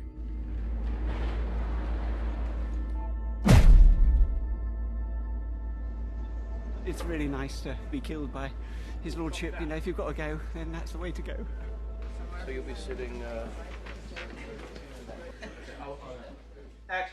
One of the background players is none other than the granddaughter of Sir Alec Guinness, Sally Guinness, right here. Sally. Action. It's just very exciting to be here. Isn't it crazy? Yeah. I've gone to the dark side, apparently. Isn't it sad what's happened?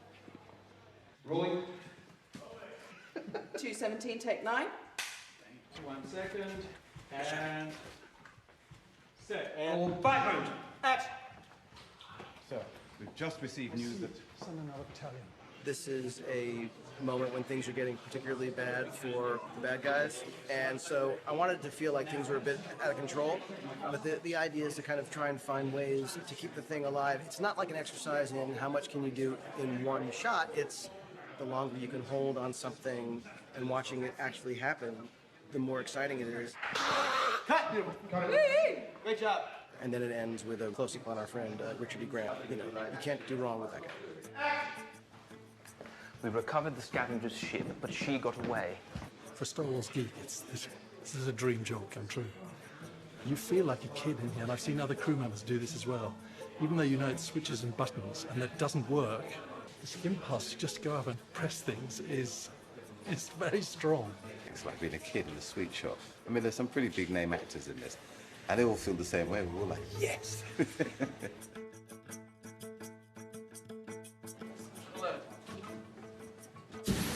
I've said to JJ, can you just pinch me to know that I'm actually here today?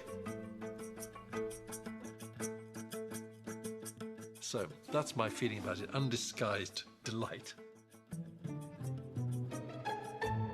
Because Donald's such a good guy, it was extremely enjoyable to pull status on him. I have the very great pleasure of being shown the door by Richard E. Grant, which is lovely. So it wouldn't be so bad to make sure that when we do, To have a Star Wars gun to take out General Hux was an extraordinarily pleasurable thing to do. Tell him we found our spy. Team up.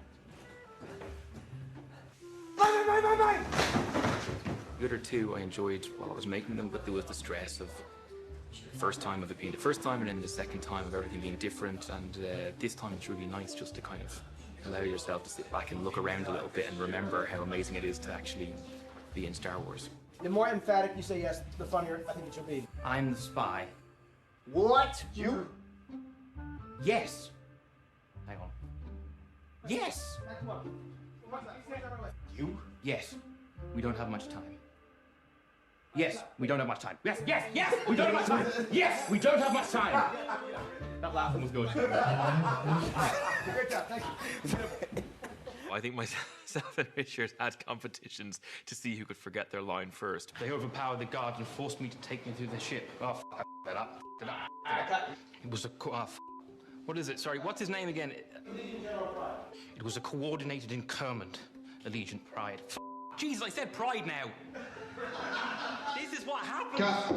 At one point, I did have to shamelessly request of the director, could they please write this one sentence that kept jamming in my brain on a piece of card so that I could at least look at it? No, Alderaan, it's peaceful. We have no weapons. You would can't... prefer another target, a military target, then name name it, now! A lot of times it has impossible dialogue to say. You can type it, like Harrison says, you can type it fine, there's no way to say it.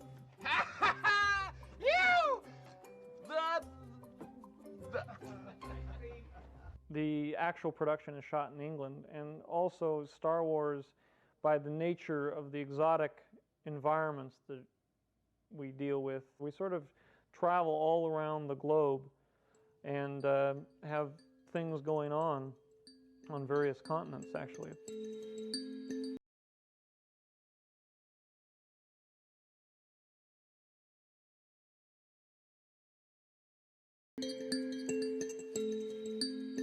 You can name them. You can 1 and 2. Evangeline and Levon.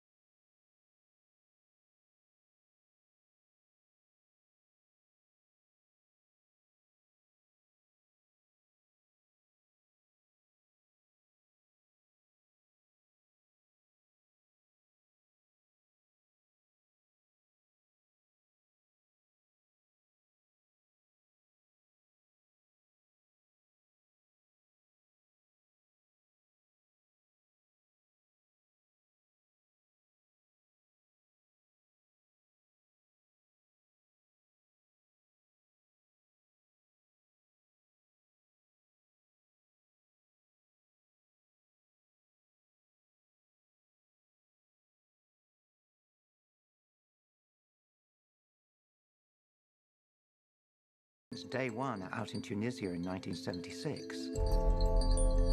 Sand dunes and all that. This was the desert in Jordan that Ralph McQuarrie must have had in mind when he painted that original picture of 3PO.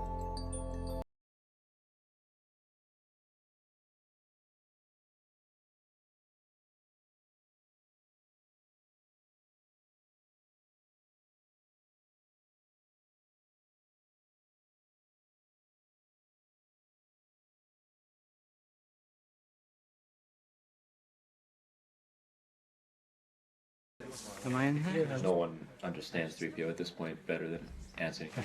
Oh, yeah. Oh. I visited Anthony at home, and he showed me some of the dialogue looping notes from Star Wars, the first Star Wars, and from The Empire Strikes Back. So there are handwritten sheets that say, I'm not going that way, it's much too rocky. Or the moment in Empire Strikes Back where he says the chances of successfully navigating an asteroid field are 3,720 to 1. But in the original, it had said the chances of successfully navigating an asteroid field are 3,725 to 1. And he changed it and got rid of the 5 because the rhythm was better, the way that it ended up in the film. You know, on the other shot, when I says to R2, you know, come on, let's go, I've already seen them, so they ought to be kind of in the doorway. Yeah. I don't know how you're going to cut it, but... That whole end of it is a little tricky. You just throw it all away.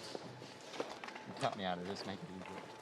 He has a way of tilting his head or raising it back that's, it says more probably than a person would do. The face itself has no expression, but I find working with Tony Daniels, who plays the part, you read expressions into that face. To me, he has an incredibly mobile face. He looks quizzical, he's, you know when he's in danger. I can't stop myself making all the faces and smiling or frowning or looking worried. Even though I'm way behind something, nobody can see what I'm doing. But for myself, I'm doing all the actions. And people come up and they take the face and they say, oh, I'll try this on. And they put it on and how they take it off again because they can't bear it, you know. I don't know, there's something wrong with me that I can put up with it. What do you think? Would you put your head in there? Neither would I. I rather love 3PO. I think he's a nice guy.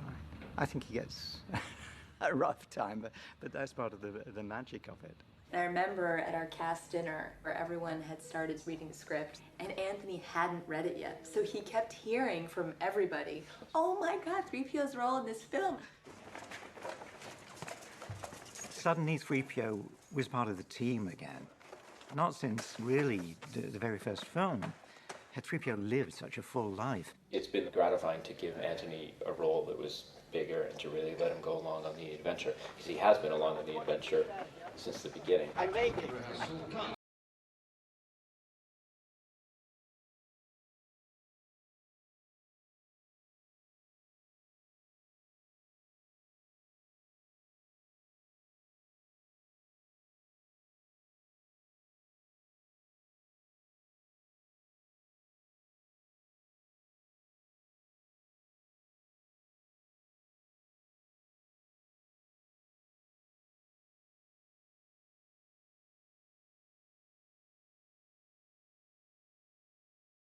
Of growing up as an orphan, and then she's seen war. And the point of Pasana, the world that we discovered and created in Jordan, is for her to see celebration and abundant joy. The Aki-Akis were actually a design that happened quite early. But if you bend over and do this, you keep your arms long, I start to not quite understand what the body shape is. You know what I'm saying? Yeah. So if you guys wouldn't mind all just bending your knees and keeping your arms long, you know, and maybe move your head forward a bit, you know? Yeah, that's kind of cool. Maybe if we did have some prosthetic legs to kind of see for a couple hero ones. Yeah. And the legs weren't so just human legs with stockings, but like we changed the anatomy a bit. Yeah. That could be actually interesting. And if you just saw one or two, you'd be like, I get all of them. There's a few lines in the script that hint at what this might be. And then when we begin obviously talking with JJ, we begin sketching ideas out and coming up with something that's you know, feels like it may be a desert creature that doesn't feel misplaced here. Baby rhinos, things like elephants, all these things are quite good creatures to look at. And obviously with Michael Kaplan and costume, when Michael started to engage them, the shape becomes a little bit more understandable. Each one really requires a lot of fabric, and so it was finding the correct fabrics. We had to make a lot of trips to different countries just to find the quantities we needed. We found a lot of fabrics in Italy, outside Florence, in these massive warehouses. The most amazing thing about them is just the sheer volume. We were given the daunting task of casting 450 creatures, Akis. We were talking about how could we achieve this. Obviously, we couldn't fly everybody in and hotel them. There wouldn't be enough hotels, there wouldn't be enough infrastructure. So the idea was working with the Jordanian soldiers and local Jordanian people here as well. The first part of today will be learning the ritual dance. Left. Right. Left. Make a noise. 5, 6, 7, 8.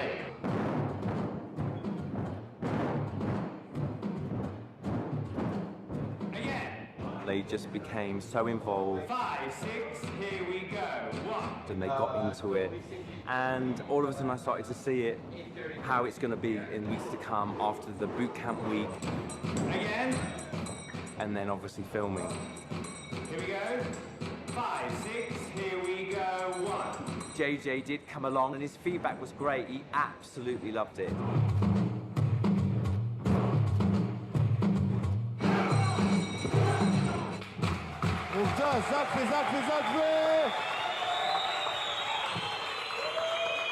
So take 10 minutes, get yourself a drink, have a breather. We'll all come back. You know, talking to the performers, I mean, for a lot of them, they've never done this type of work before. It's the first time for them, and they're excited. I felt awesome. I felt like a real alien. A real Aki-Aki. The more I'm in it, the more fun it becomes, and I'm having like the best time. It's really beautiful. Thank you, thank you. That's the main thing. They're excited, they're into it, and they want to do it, and that's all I could ask, so it's great. And then we're going to put it over Rob's head. And that was another army of people that were involved in that, just to get the creatures ready. Normally we're used to a one-on-one, or you have sort of 2 or 3 people to dress, and this is sort of so constant for the 2 hours that you've really got to push them through. Right, we're just plugging you in, cabin. To get all those aliens on that set on time and to have them trained and be dancing. Is that all right? Yeah. That was pretty remarkable, I thought. We first came here in April, and there was nothing here. We scanned this whole area, and ILM helped to put together a virtual version so that JJ could walk around with the headset back in the UK. Set deck designed all the tents, and now it's October. We've been here 6 weeks putting this up. So now to have the tents here and everyone in it is quite special. We're excited to get filming.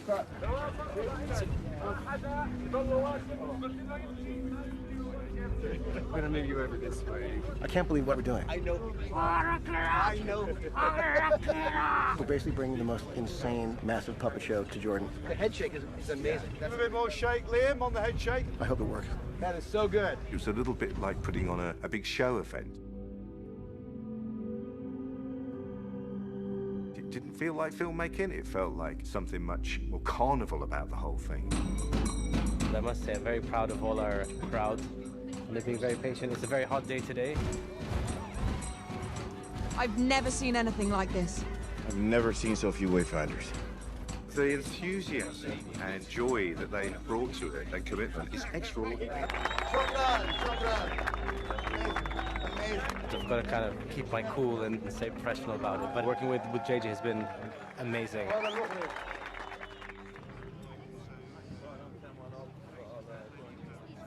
We also did some little Aki children as well, which have a little part to play. And that was very sweet because they were all hand puppets, and we literally dug a trench and put nearly 30 puppeteers beneath them. It's a 3-person puppet each one, and we've got 14. So there's quite a lot of us underneath the floor here. Well, they do a sweep for scorpions first thing in the morning before we get down here and scare them all away. We did see some scorpion tracks in the sand the other day, so that was quite exciting. You're actually seeing a kind of version of the world of Star Wars in one area. What you're seeing is a galaxy that is worth fighting for. And you got the gun there, like that, you're training it. And just literally relax and let it all go. I was shot by Chewbacca in The Force Awakens. And now you're going to be shot by... Lando Calrissian, apparently I've been told. I don't know if that's true. Just imagine that the second here. Yeah, Poof, now the lights are out. Everything's I hope that that's true. I sort of gradually work my way through the entire cast. Maybe everyone can have a go. Action. Pretty good? Yeah. Stunt and stand there. Almost. That'll be all right. No, that was pretty good. Yeah, okay, good. Yeah. All right, so if I can just do that. The stormtroopers have discovered us, and we have to run away. Easier said than done in my case, of course.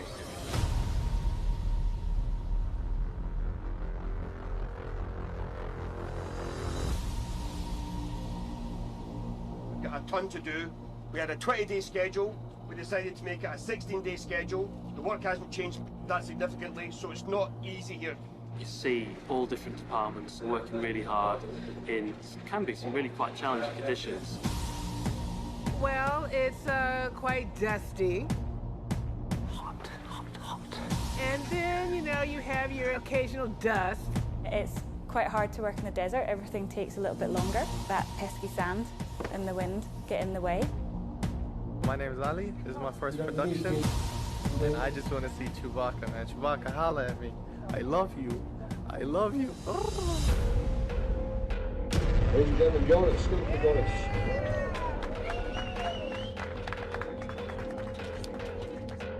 Chewbacca's my hero. This is amazing.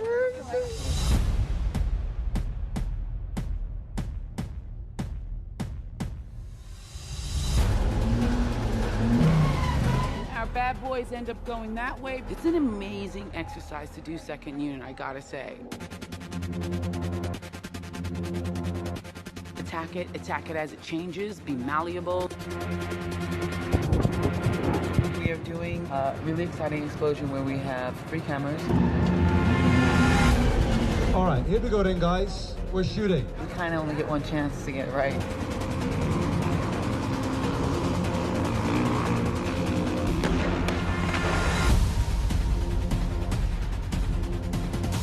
I don't think there's one person here that would want to be anywhere else right now. I'm pretty sure.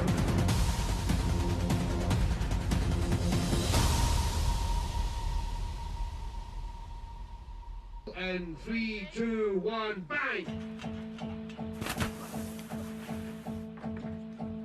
We are here to safely drown the heroes in sinking sand without scaring them or injuring anybody. And we've dug out this huge hole, got a crane in, lowered in all these containers. And thanks to the local army, because they provided the digger and the labour to do that.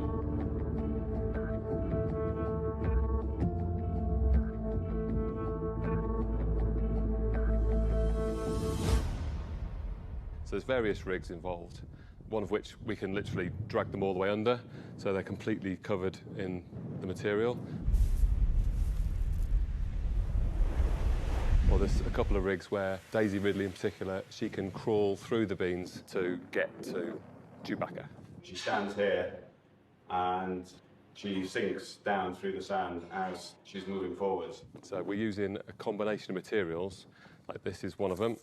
We're using black beans in order to simulate black sand because they're much easier to push through. 1, 2, 3, 4, 5. And the black. See, it's easy to find the set because it's all the black sand here. Black beans, no one goes in it. Okay, apart from the effects team and the stunt team, there's very detailed protocols that Dominic has for how we look after the actors. What the hell is this? Sinking fields! Try to grab something! The beans would just come and cover us up, and you'd have to kind of hold your breath for a little bit, you know, until they said cut, and then they would lift them back up and you'd breathe again. And that was a little freaky sometimes. Hi, John. I liked him. 1, 2, 3, 4, 5, 6, 7, 8, 9, 10. Well done, man. Well done.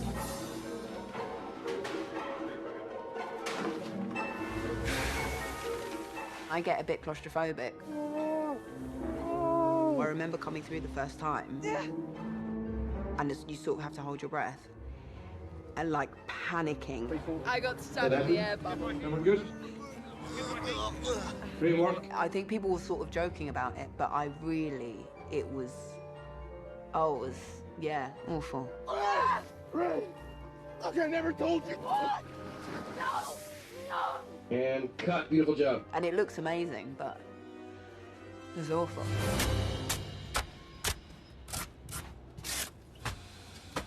You go into a sort of quicksand, but then you end up at the underside of the quicksand, which is something JJ's always wanted to do. What's underneath all that? Oh my God, it's so good.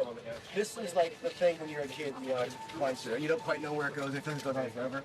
And then essentially, as you always are, whenever you do something like that, you're in the subconscious. Now you learn things. What do you learn? You learn what happened to her parents. You learn about her ability to heal. Even when faced with something that could be perceived as threatening. And you look and there's a snake, a giant snake, a huge, scary giant snake. Oh my God, and it goes up! And Anthony. There are so many new characters and situations and effects. I thought they would have used them all up on the first Star Wars. And, you know, I arrive in the studio and there's something quite magical to see in some new monster. I saw one today, great sort of splodge thing. And it's, of course, great fun to act with all that, and it's very stimulating.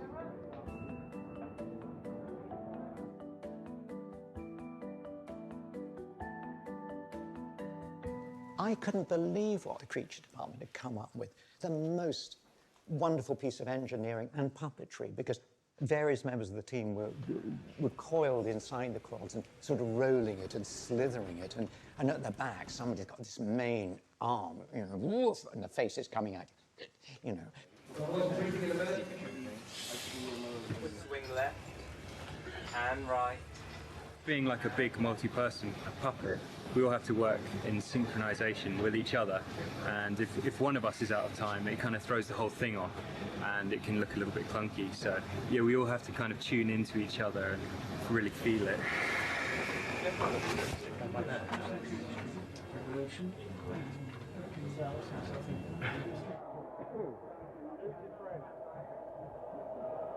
This is my favorite part. We wanted to have something for the actors to react to, so they had a pretty impressive stand-in version of that creature. That creates a much more immediate performance for JJ to watch and look at. And can the snake in that position come back anymore? There's some shots where, you know, you could still use the puppet, but for the most part, we basically replace it with a CG version of it. I really loud down.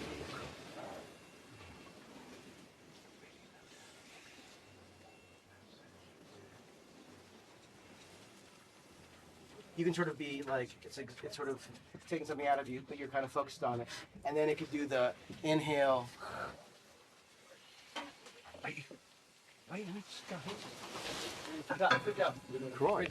Take any longer, I would have gone and got a popcorn. I'll tell you what, weirdly, I felt such a connection with the snake. I'm not joking. Are you kidding? No. Because I totally did at the end when you were healing it. Yeah. That's amazing. That's what acting's all about. You can't sort of go home and rehearse your reaction to a 9-foot ice monster's breaking through a wall. You know, you just have to go on the day and see what happens. But it's never dull. What? I love my life. I love my job. Obviously, when you start to see that all is not well.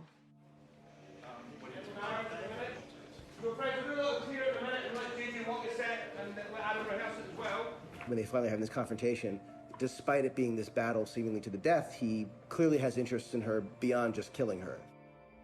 There obviously have been questions for 3 films for Rey that have culminated in this, and it feels, having done it, that it was the only way she was going to get back to herself, is answering those questions that are like lingering. Looking down at the blade, coming up with her, and then over her shoulder, he's standing there. That was the thing I said to JJ. I hope Adam and I have some stuff together, because it's nice seeing the differences. I don't want it to feel like episode 8, Rey and Kylo. So it has to be beyond then. There has to be rage there, but also there has to be sympathy and understanding and actual connection. And Adam, turn Clockwise, I guess. A little more, yeah, like that. And then Daisy, come to your left and touch more.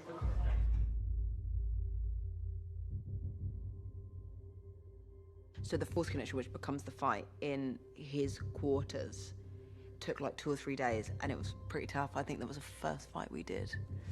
And so in my mind, I thought, oh, we'll just have pickups in Kajimi. That'd be great. We'll go to Kajimi. And then we were shooting outside. It was absolutely freezing. And there were really technical things we had to do. And some of the moves were really difficult. And I thought, oh, I won't have to do these. And then obviously I had to do them. Yo! Yo! Yo! Yo! Sorry. Sorry.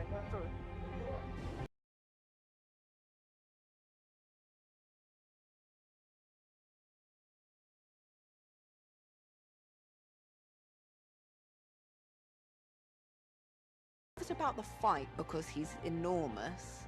That was really my main worry. But then once we got into it, it was pretty cool because it's more like a choreographed dance.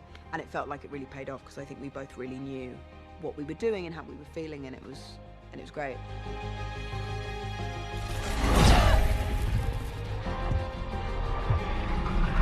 They sold you to protect you. Stop talking!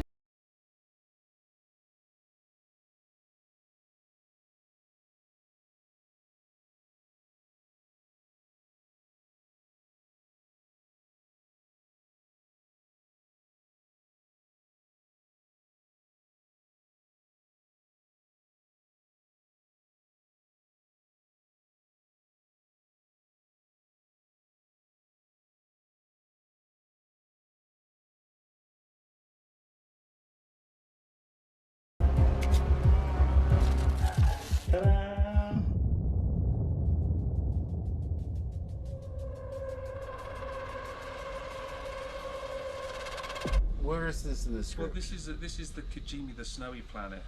We wanted to reference Kurosawa's Hidden Fortress. The original two guys in Hidden Fortress were basically the initial versions of 3PO and R2, two people in a bigger adventure. I went to high school in Japan, and when I walked in, these looked very familiar, those roofs. You know, the walls, the sloped angles, and the giant flagstones. It's very much based upon our tribute to Kurosawa. The idea for Kajimi, what it looked like, what it felt like, it was really just, here's a corner of the galaxy that we should take a peek at to see what these villages are like when the First Order's occupied them. You guys are like, let's get out of here. And you start to walk off. Because it's the first slam, I think, and then the pushing. The whole thing would be a little riskier. Quite cold out here, isn't it? Amazingly, Star Wars has these big, beautiful sets. You're not imagining that much of it because you're actually in them. I just feel like I am in the galaxy right now. I'm gonna win. Ready, and back out, civilians, troopers. 3, 2, 1, go.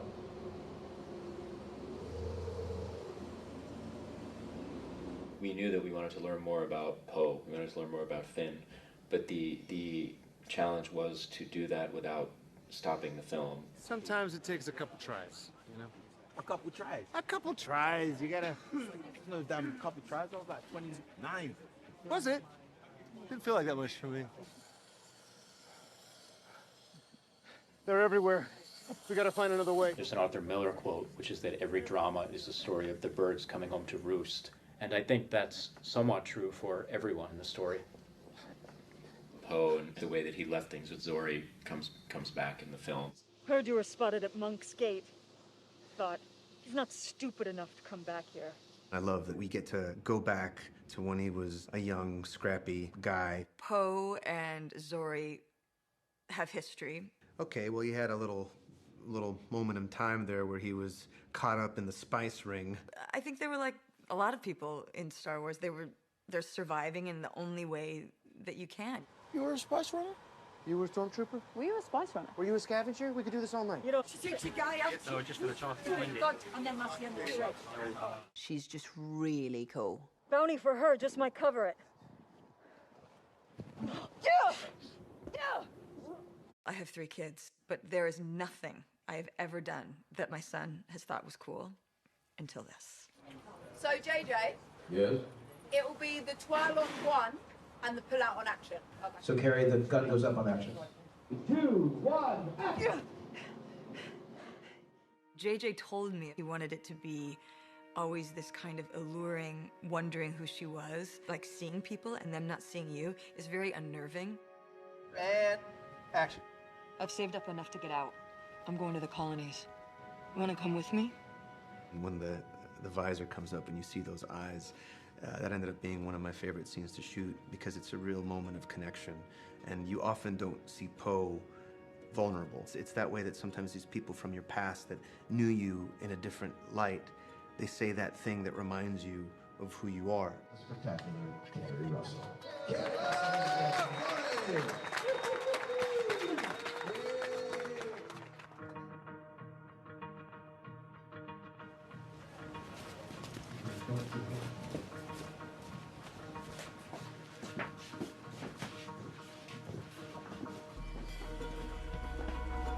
So we're in Babu Frik's droid shop, and we've made hundreds of robot parts in the set deck and props department. And if you look up, you'll see various heads, some of which have been seen before, some that are brand new. Forever banging your head. Possibly, if anyone who knows the Ralph McQuarrie concepts, and that's stuff based on his. The intricacy is closely interconnected to a complete mess. So we've got one or the other, I'm not sure which. Our team is luckily very well versed in Star Wars. Greebles. Greebles was the word apparently invented on the first Star Wars film. And there are numerous pieces of greebly, which is an English term for dressing on the barge, aircraft pieces that are made to look into a kind of a space configuration. It's to make something look more technologically advanced than it actually is. And it can be as simple as just adding a couple of little buttons and a little shiny thing. It can be a verb or a noun. We will greeble that. Find some greebles. We're out of greebles. This has taken, I think it's about 2 to 3 months to get this quantity of stuff, and that's a team working every day, churning stuff out. We've also made a very special gallery of items to commemorate the participation of John Williams. No way. Here, let's do it. John Williams was having lunch with Kathy Kennedy, and the idea of his being in the movie came up. Kathy told me, and we were both like, well, we have to do this. And I said, oh, no, I don't want, that's too silly. I wouldn't possibly do that. And then I mentioned to my wife, Samantha, and she said, oh, you have to. That's more important than doing the score of the film. You've got to be in it. 3PO looks at you, and you just don't like him at all. And you can even kind of shake your head a bit and go back to your thing. And you just, that's the moment. And the camera will push in. I can do it. And it'll be fantastic. I can do it. Do you mind if I make a little small embarrassing speech? Do you mind? Okay. Really? Okay. For anyone who doesn't know, and I think everyone kind of does, and is probably giddy in their own way, but just to say it so we're all well aware, we are in the presence of a supernatural genius, someone who does the impossible, someone who is now an actor. Ladies and gentlemen, the one, the only maestro, Mr. John Williams.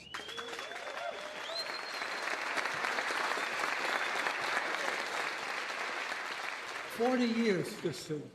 So we're going to play now the last piece here, which was the first piece then. In 1976.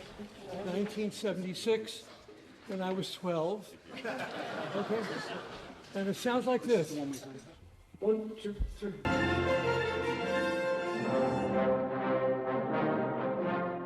When we recorded the music of the first film, none of us had any idea that we'd ever hear the music again. I feel very privileged to have been able to do all of them to this point.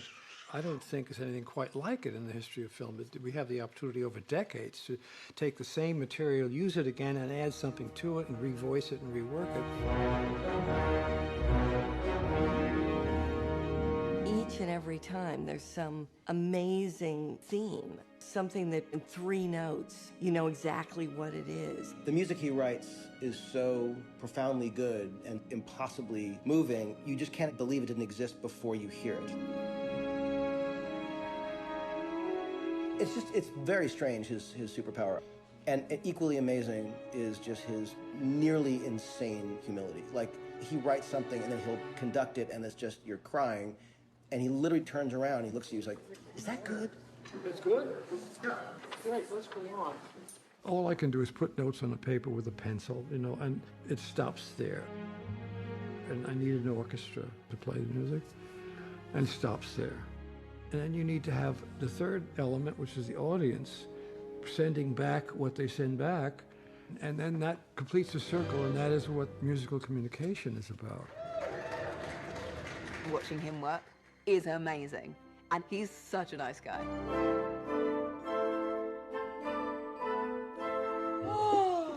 Ray's theme for Daisy, that's for you. Okay, that's all right. Huge. You see here? I think I'm gonna Don't cry. get any fingerprints on it. Oh, come on. That's her first page. He's had 51 Oscar nominations, and we thought it would be fun to do something as a kind of celebration of what he's done and who he is. You are surrounded by all this apparent junk. Yeah.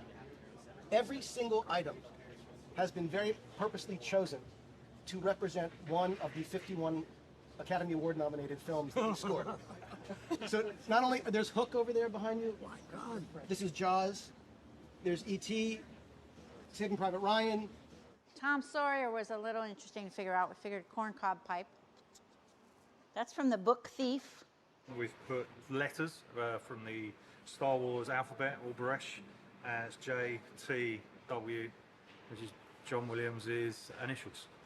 Oh, there's the whip from Indiana Jones. That's the iron from Home Alone. I mean, literally, isn't it crazy? Isn't it incredible? Each piece. This is ridiculous. It's great. To have him in a movie and just see the man that we've been listening to all our lives, who's been moving us so profoundly. It was a blast to get to work with him in that way, and he was so lovely and seemed to have a really good time. Great energy, here we go. Set, 3, 2, 1, action. That was fantastic. Babu Frik, can you help us with this? Now, this is the one that does the operation on 3PO's circuitry, right? Babu Frik is a rod puppet, which goes back to ancient way of puppetry. So it's you have your puppet, and you just stick rods on the limbs, and puppeteers will move it, breathe life into it.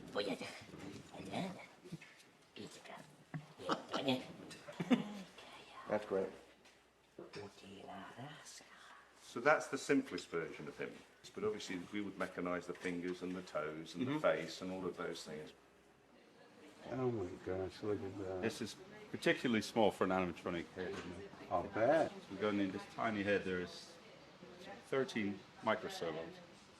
And they're all individually powering, just so we can mix it up a bit. You know, on the original films, I was never in my dressing room. You know, when I wasn't in a scene, they always knew I'd be in Stuart Freeburn's shop. I remember Stuart whipping up the green foam that they were going to pour into the Yoda mold. He said, "You want to pour some?" I said, "Yeah." Are you kidding me? The most complex one, the most sophisticated one is the smallest one, that is the Yoda.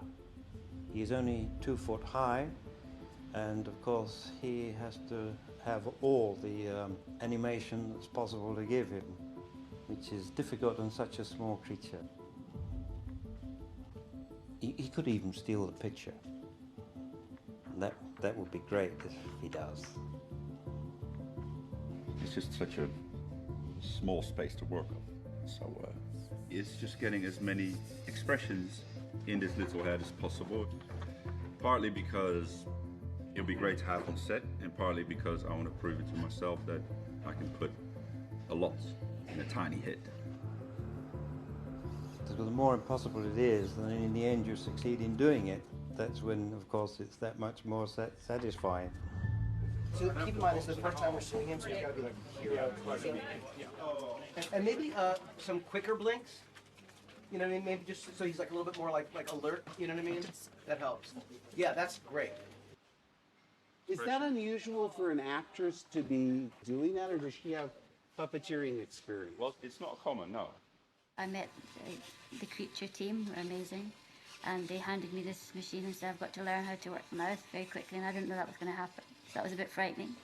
It's a mouth way up there, can you see? So if I do this, This is actually the first time we've done this, where we've had the talent performing the mouth at the same time as delivering the dialogue, which is good fun. Yeah, Really good fun.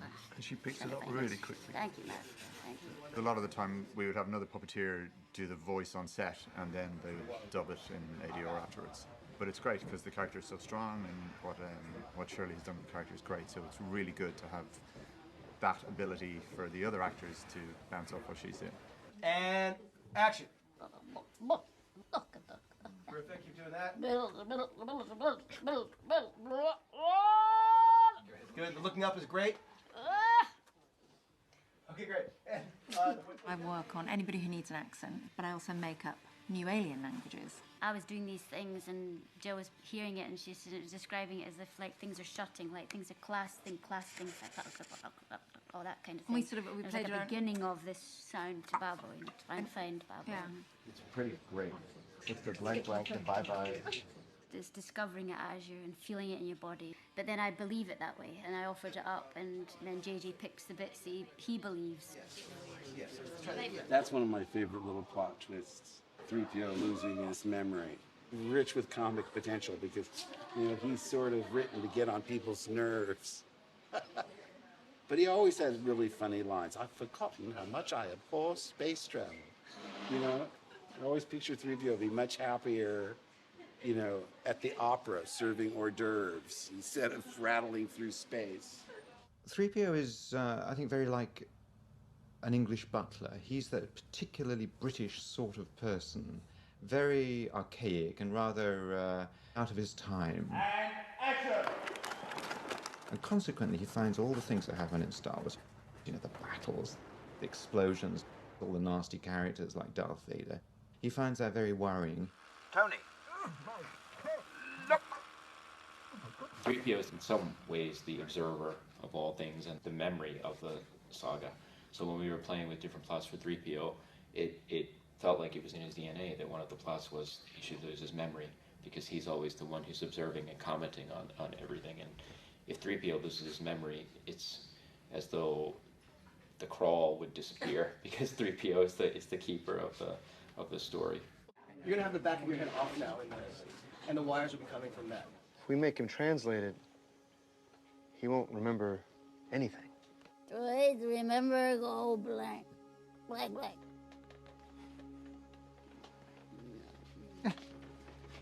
If this mission fails, then it's all been for nothing.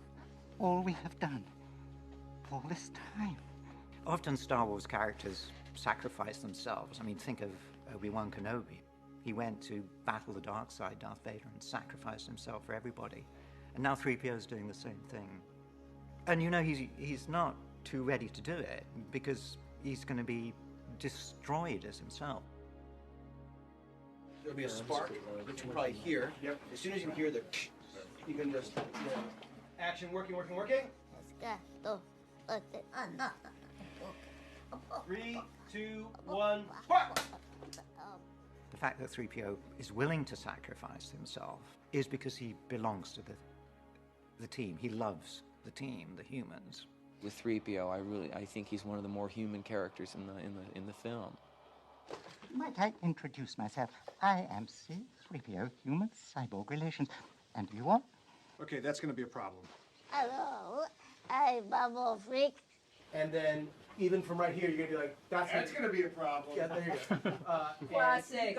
You got classic Poe. And then we might actually go from Zori's line to the close-up of Babu saying, against the Chipotle. And action. Go, go, go, go.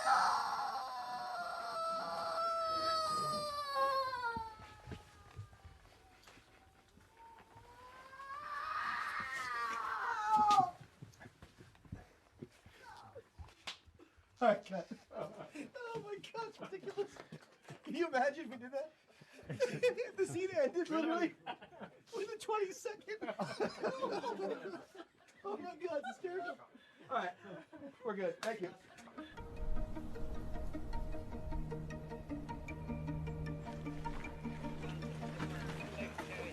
Morning. Hey, good morning. How's it going? Good. That should be all right. It's just the biggest thing I've ever seen. It's like more people than I've ever seen concentrating on one thing at a time.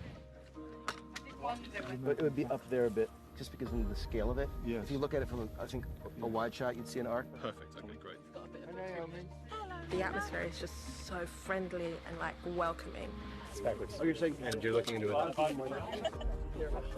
It's also really lovely to see the whole cast come together and to know that I'm like the new girl, but like part of that same team, part of that same family. It makes the bigness of this film a little bit more personal. First positions, please. All right, here we go. Ready, set, and go. Jana, action. Action, horses. Rough landing. I've seen worse. I've seen better. My first day of Star Wars was definitely memorable. It's like a stimulation overload. It was just like all of the things, like so many people, so many animals, so many flies.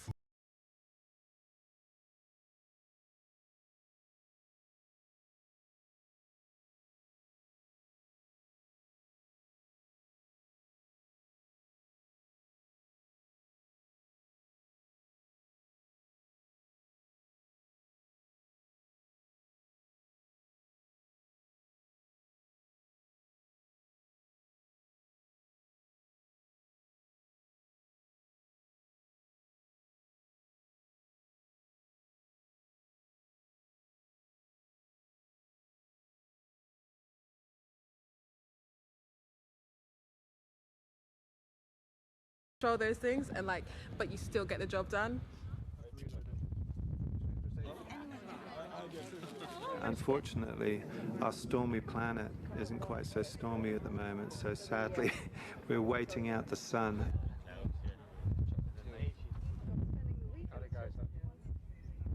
Just the practicality of working under those conditions, you know, there are different issues that creates, challenges that you know you have to overcome. Hey, so we're going to give up on this shot because it's never going to get cloudy and it's going to keep getting more and more floodlit. So we'll bail on this shot, we'll do it another time. We should move the shooting crew down below to the low level. Here we go, clear frame, and we are rolling. Crane action.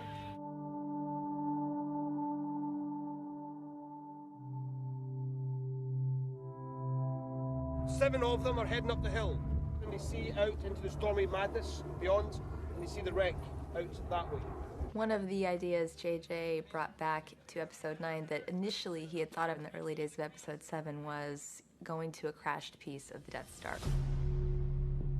I was just fascinated with the question of what is it to live in the aftermath of everything that we saw in the original trilogy. So the idea of pieces of things that we had seen that had been blown apart. There was just something that was, I don't know, haunting about it and kind of beautiful. It was one of those things that felt like an idea that you have suddenly finds its purpose.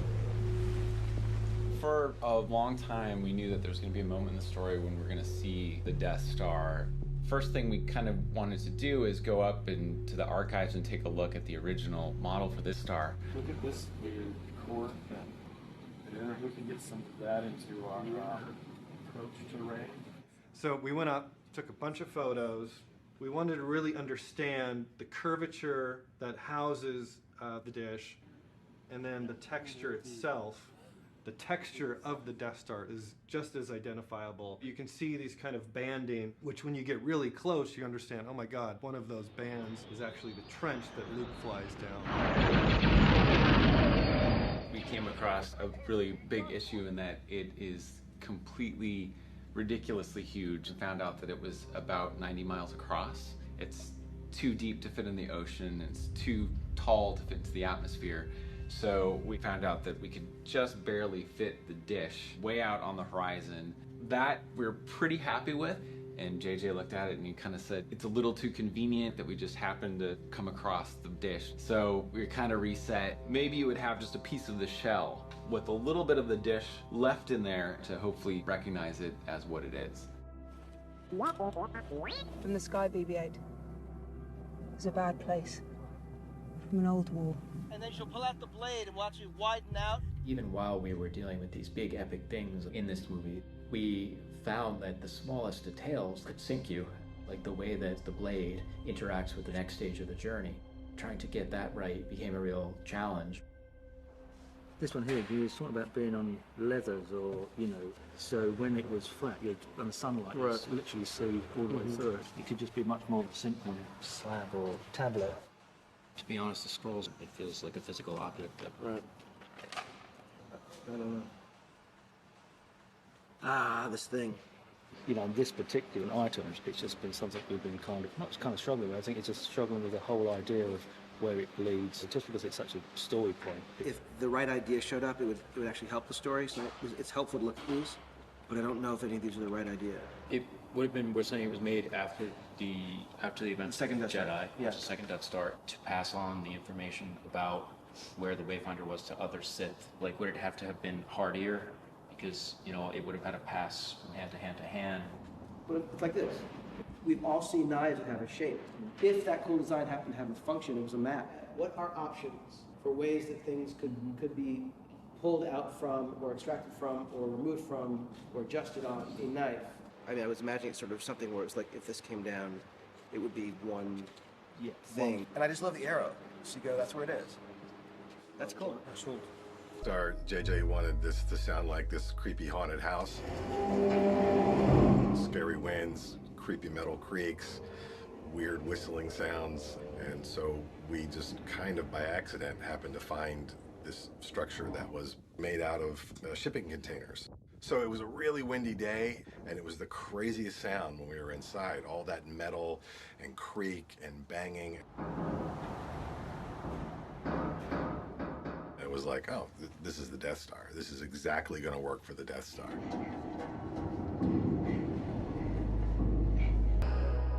We are currently looking at a legacy set designed by Norman Reynolds, which is the throne room. It involved building it all pristine originally from the original blueprints and then destroying it. We managed to fish out of the archives some of these blueprints, original drawings from the original set build. And from this, I was able to recreate this in 3D. So we created complete models of the original throne room. So this mezzanine level here, we imagined that it entirely collapsed through. So you get this really nice full view of the window there, which is all destroyed.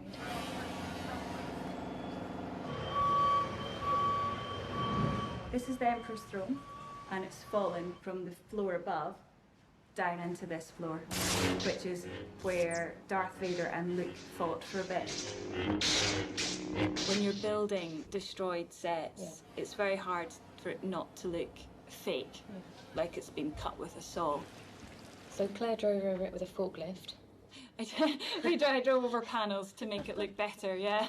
Let's try one, please. And you can see it in everyone's faces when they walk on that set. In the throne, they're just like, can I sit on it? And you're like, no, you're not allowed.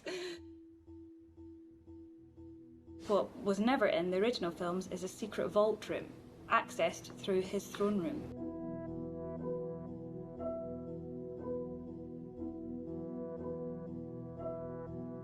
So we've taken a bit of liberty, so that actually it was always there, you just didn't notice it. The idea that she's so crazy powerful with the Force, so quickly. For us, we always felt that there was a connection between her and something that would help explain some of these things. Obviously, it needs to feel like she is really contemplating it, and that the need for revenge, it sort of overtakes everything else, which it does for a moment, and then she's sort of reminded of what it all means and what's at stake. Right from episode 7, from the scene in which Rey is interrogated by Ren, it's clear that they have a connection, that they understand each other, that they can literally read each other's minds. They're made uncomfortable by it, and yet they're both drawn to each other. course, Episode 8 furthered it by creating the idea of Force connection. And I think what we wanted to do was complicate that and say, actually, their connection is deeper than that. We began talking about them as a mythic concept, which is in Joseph Campbell, which is the mythic dyad, that they're two parts of the same whole. And then finally, we began talking about how if the dyad ever came together, its power would be immeasurable. When we first read the script, I offered to JJ that we could do some wave effects. And at first he was kind of like, yeah, good idea. And then we showed him some tests. Wow, beautiful. That's insane. That is amazing. That's so cool. There's 15 cannons there. I think that we would do them in... Yeah, we can let 5 go and exactly, and then we'd be filling up at the same time. That really is my favorite thing I've ever seen. It's like, Oscar, can you just come for a meeting? Yeah. But I'm not in that. No, I just want you to just sit right there. Stand over there. That's incredible. Don, that's awesome.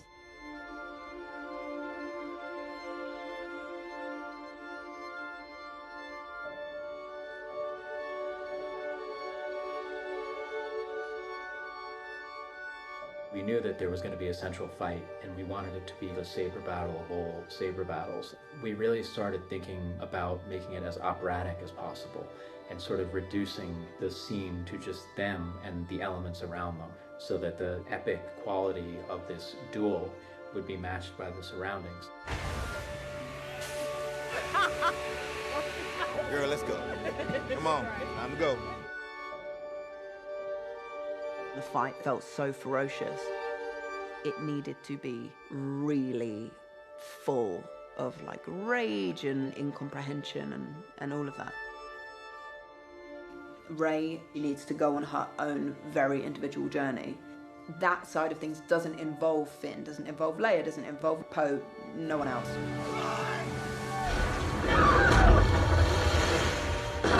The thing that became more challenging is we were being doused in water cannons and it was November in England. The water would come. I would be like, I can't breathe, kind of cold. Hot water bottle. It's freezing. But that was fun. It was really physically exhausting, and you were like wet and soaked and cold and on wires. I loved it. You know, it's like, how many times are you going to get a chance to do that? I did want to murder Dom special effects because there were a few times where they said no water cannons. And when I say mid-scene, literally a dump of water on my head. I remember watching the top of the water just starting to come over. And I watched it was like slow motion as it rained down on Daisy. And the true professional that she was, she carried on, but I could see in her body that she kind of tensed because it was gold. And as the water settled and they said cut, she shouted out very loudly, "Dominic!" Of which I didn't want to be on the set at that moment in time. But then people really thought I was really tough after that. And JJ was like, you have so much crew respect, so it was great. It was actually my birthday one of those days. I don't know if that means anything. It's not like I wanted to kill her more because it was my birthday. But it was really exciting. You know, huge water cannons are shooting how many thousands of gallons. You're exhausted, you're tired. It's like, it's great. That's what you kind of hope work is.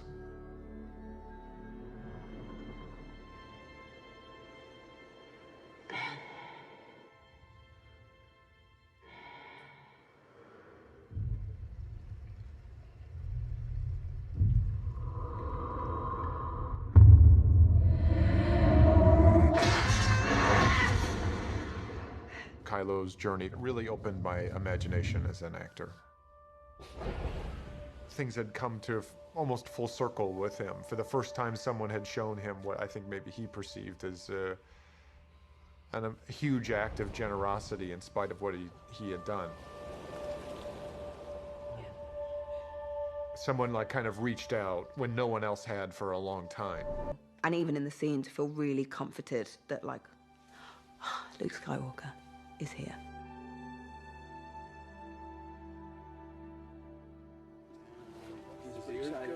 But look, yeah, because look, it's a little thumb in the bottom. That's kind of good. All right.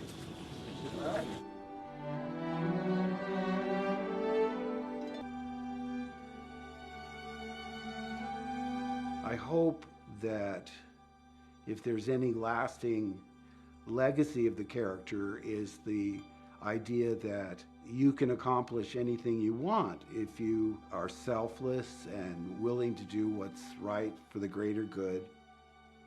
You know, he was a symbol of optimism, and I think that's probably the most satisfying aspect of the character.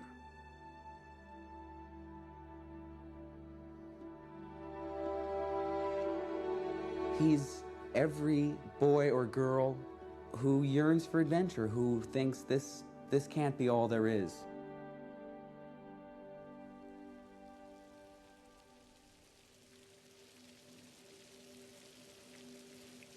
When the Resistance loses Leia, Poe finds himself inheriting a Resistance that's on the brink of collapse. It's clear that Leia had been grooming him for leadership, but what he doesn't even know if there's anything to lead at this point. That scene wasn't originally in the film, and I had talked to JJ about, well, I think that it'd be great to just see a moment that Poe has with Leia, even just a moment for him to say goodbye. That speaks to JJ's ability to try things. I'm not ready. Neither were we. And so out of that moment of goodbye, Lando shows up and reminds him about family and about friends and about not being alone. We had each other. We were friends. It turned into this catalyst for, you know what, we still have a shot. Something as large as Star Wars, which is a very, very complicated kind of movie, it really needs a lot of people all working together to make it come to make it happen. You know, the ending, the last couple of reels of this movie, the number of people who are involved in getting those parts of the story to work and to make sense and to feel revelatory and believable, and there's so many people involved. We're all in this together, and it feels like a real team, like kind of like the way Star Wars is. You feel like you're working on something bigger than yourself. You want to respect what's come before, working towards that blend of legacy and new. We strive to have a great balance of those two things. The balance of the Force is never a permanent, enduring thing. So the idea that this is a story of a character who needs to step up and bring balance in her own way. If you had asked me, you know, in the middle of doing 7, where would we go with Rey, I would say that the headlines would be exactly the same. As we needed our Sith throne, I'd always been very fascinated by this wonderful sketch that Ralph McQuarrie did. It felt like a spiky shadow emerging from the back of a conversation between the Emperor and Vader. The big question was, how do you turn a black pencil drawing that's 1.5 inches across as a silhouette into a throne that's its own thing? Because it was done in a 2-dimensional pencil sketch, if there was another thing that came out here, even, like if you started to feel like it wasn't completely flat. Most of these things are rather hazy. They just feel right, you know, sometimes, and sometimes they don't. So you just keep fiddling until they start to feel right. You know, which even if there's kind of bits doing that, maybe in the ground near it and up there. The throne, as we say, envelops around you to make it feel like it's grabbing her. The hope at the beginning of the film that Sidious articulates is that the Dyad would come together on the dark side, but the reversal is that the Dyad does come together, and it is as powerful as we expected, but they come together on the side of the light. One of the surprises and delights for me personally is seeing Adam get to play Ben in this film. The great tragedy is that we don't have him for very long in the story, but when you do, you know, you feel the potential of the person he could have been. Before, there's someone who has the absence of hope. And the thing that we started with for who is Ben then is someone who has hope. There's no more ambiguity about what it is that he has to do. There's no more seesaw that's happening. For the first time, someone who's never had the answer now finally knows his purpose or destiny. He has to let her know that they're together. But I don't know that he entirely is sure what's going to happen from there. Nor do I think he cares. I think it's so long as he's with her, he's on the right path. Leia's Jedi trial happens in Episode 9. The end of her path as a Jedi is fulfilled when her son turns back to the light.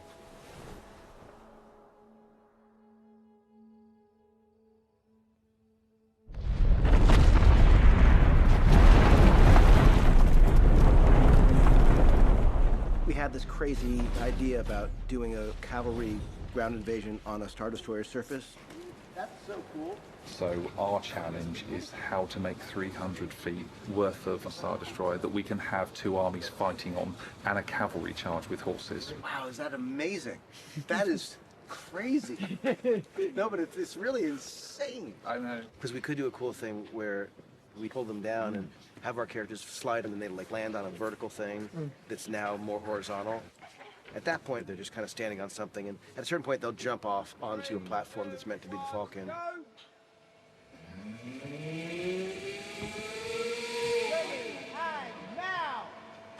The idea of having humans and human-sized creatures ground invading a Star Destroyer was too much fun, an idea not to try.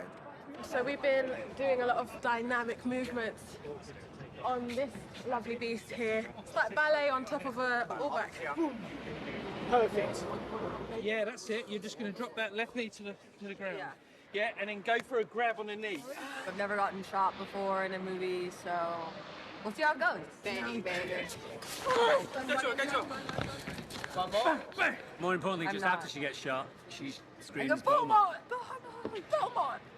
Cover me! Come on! He's been trying to get his name in the movie. Yeah. It's important. I'm trying to get a doll. He's trying to get the name. Like, we'll get it. I always wanted this to happen. I always wanted there to be some form of a stormtrooper rebellion, which is something that I was quite interested in since 7, and it felt like JJ was going towards that anyway. Can you start So it feels good to finally be here, to be on the horses. We've been training for this for a long time. I'm on the ground, making sure I blow everything up. Pose in the sky. Poe, airstrike, please. Here we go. And action. All wings, cover that lander. Watch those two on your tail. What really excited me on 7 was the idea that we would put cameras, fixed cameras, on CG X-Wings. Because if you really had an X-Wing, what would you do? Well, you'd mount the camera on, possibly on a wing, and you'd fly around, sort of recreating a practical way of photographing something, but inside the computer. Incoming ties. Flying along, good. Incoming ties. And when I showed it to some of the guys that had worked on the original movies, they were excited about what we were doing. Just keep doing the controls. What can we do against these things? They were saying that they were actually trying to do that when they were making 4. Red 2, standing by. It's so funny and nice to come back to it. I was looking for a kind of sailor's outfit, like an admiral. It's down to the orange jumpsuit again. Look at the size of that thing. Mr. Dennis Lawson, legend. Thank you. They didn't have a miniature that was big enough, because obviously with miniatures you have an issue with physically the size of the camera. Cut it. You got 2 black people leading the cavalry, which is something you don't see in every single feature film. At all. So for me and Naomi, we have that in mind, that this is a passionate moment for us. Yeah. Seeing a black man and a black woman lead a cavalry of heroes. Yeah, to save I'm the day. proud. Me I'm proud. too. Woo-hoo! Yeah. Hell yeah. Hell yeah. We've done a lot of work, innit? Hey. Hey. It's been a joy working with her. We always have a good time, always good conversation, probably singing and dancing half of the time. You know, chilling, talking about, you know, chicken and chips, and next second you're saving the world.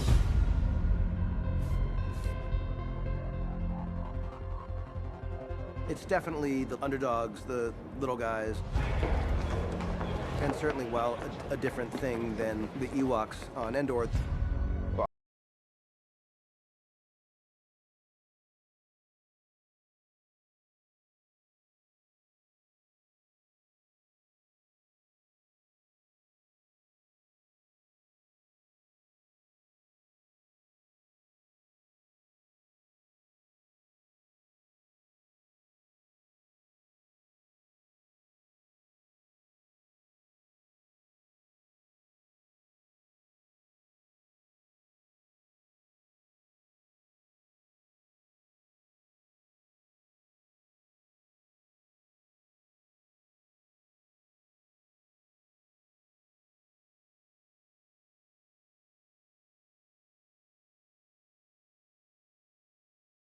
He's gonna trip you out, I'm telling you. Okay, here we go. I'm glad that as an actor I can come on and see the environment, be in the environment, and interact with it.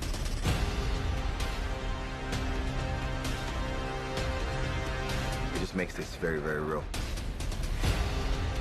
Running away from an explosion. Just a little run with an explosion behind us.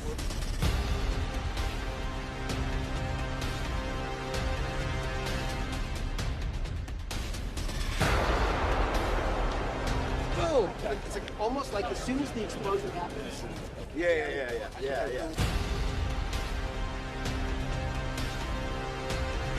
Through to the finish, through to the finish.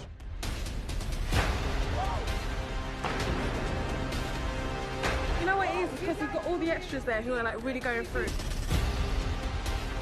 It's looking great, it's looking great. Once the crew kind of disappears and the shot starts, you feel like you're just there. Just go for it.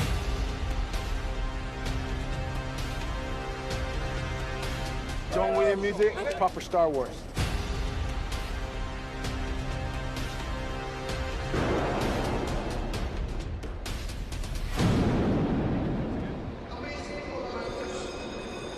I felt that.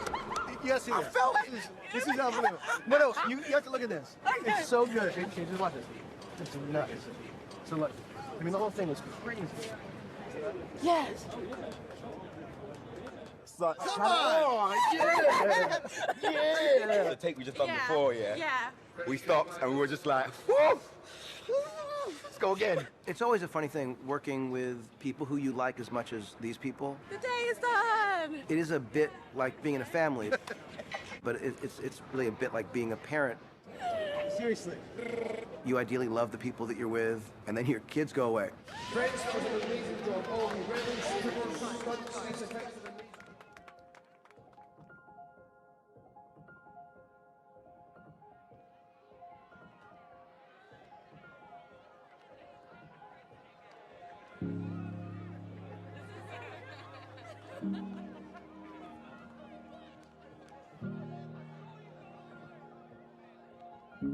JJ and I were having a lot of trouble with the end of the film at one point in the process, and Rick Carter said to us, I think it's because you two don't want Star Wars to be over.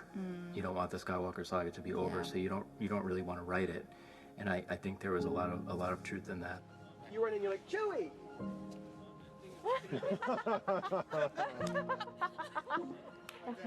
Put her down, and then we do growth hug. Yes. Oh my. I'm a little bit in shock that we're about to wrap. I feel so grateful and lucky that we've gotten this far, that our crew is so extraordinary, and to see what they've been able to achieve. And it's just getting sad to think about parting ways and saying goodbye. Background! Action!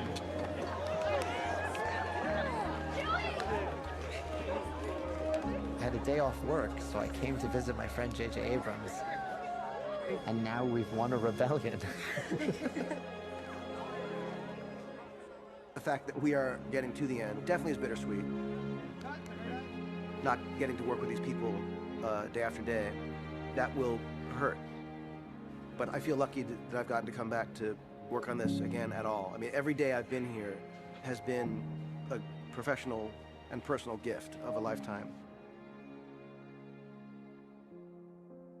To feel like I am a real part of this long, beautiful lineage, and a part of concluding that story has been surprising and completely fulfilling and so profound. I got to do a scene with Kelly just right now at the end of the movie where it's kind of like my life. Like, things have kind of fallen apart a little bit, but we're still here, and it's still important that we're here, even though we miss our loved ones. And it's kind of like a perfect scene for me to do. We're having a moment. This was so magical. I love Kelly so much, and it was such... Oh my God, that was so weird. Did you just cue her? Dude, I literally was like, I love Kelly. They said, what's the best moment? And I was like, it's this moment right now. That's so sweet.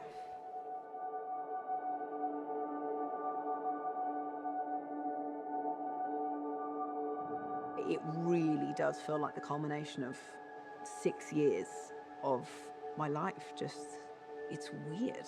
And then you stop and you see her, and then and when Finn sees we go this, and then you guys head off. You know, you guys come together. I was going through it thinking, God, could I have done anything differently? But I know I've put the work in. Like, I could not have worked harder. I don't think I could have enjoyed it anymore either. Camera. Beware. Here we go. Set and everybody celebration. Background. The most heartwarming thing is the collaboration within these studios and these sets and the crew. And you make friends who become family, and that's something for me that's just a big major thing to let go. Because, you know, this doesn't just represent the story, this also does put an end to a kind of season in our lives.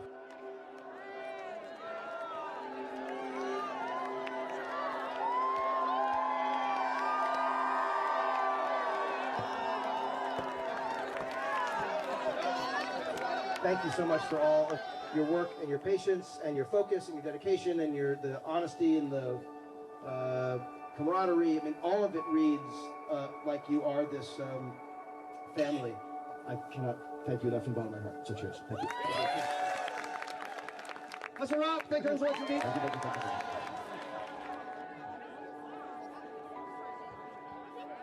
you. The analogy to me is graduation.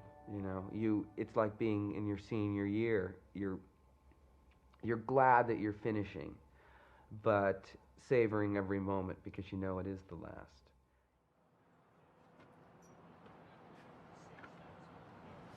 It's been a really fun project to bring Luke Skywalker's home back to life here in Pinewood Studios. JJ was really keen to be faithful to the originals and to have nice callbacks to them.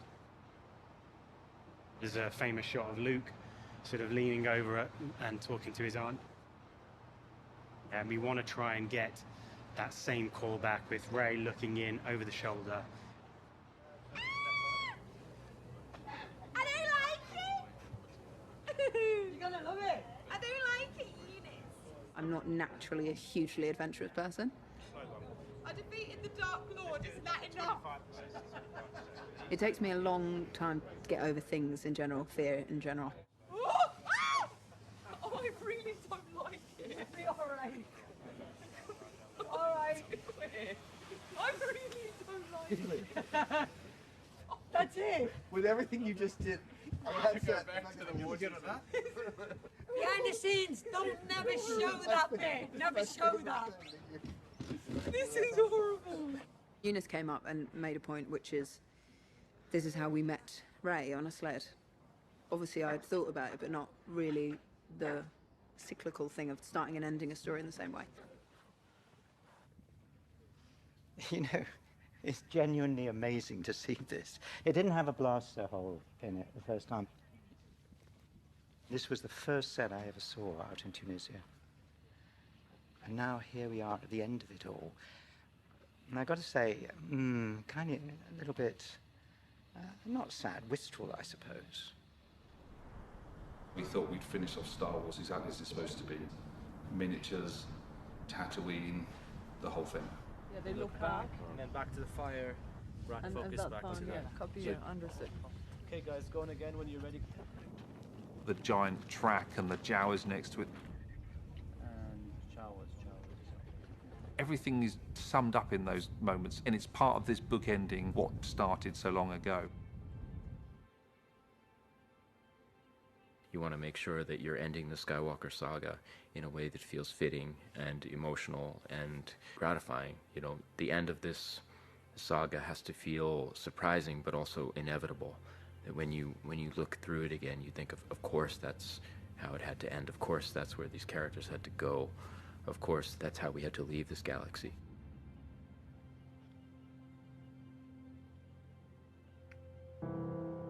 It is incredibly surreal to work on a Star Wars movie at all. To work on a Star Wars movie where you're recreating the homestead where Luke was raised and, you know, on Tatooine is obviously as surreal as anything. It's going right to Luke's. Yeah, but also, look, double. See the other one? It's crazy, isn't it? The idea that Rey is there, it feels like, you know, despite everything we've seen her go through and all we've done, there is something about that feels primal and inevitable and really lovely. I think Star Wars uniquely in its mythology is about cycles of life and teachers, mentors, parents, children. It's got that generational aspect to it. There's this idea of the handing on of sabers and the handing on of a Jedi legacy. And so we have that, I think, as a generation that has inherited the character. Thank you. That was great, Jay. Beautiful. God. Come on.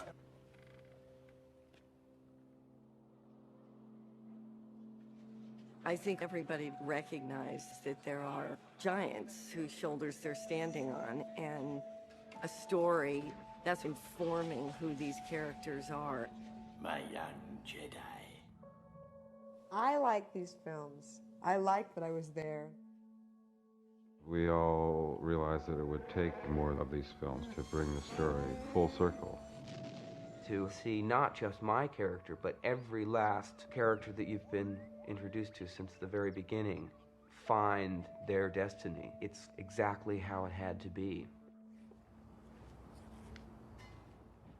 It just goes by so quickly once they're in and getting the shots and stuff. And then it's all still again afterwards, which is sad. Yeah, it's kind of sad that we have to tear it down. That's the thing about movies. I'm always like, really?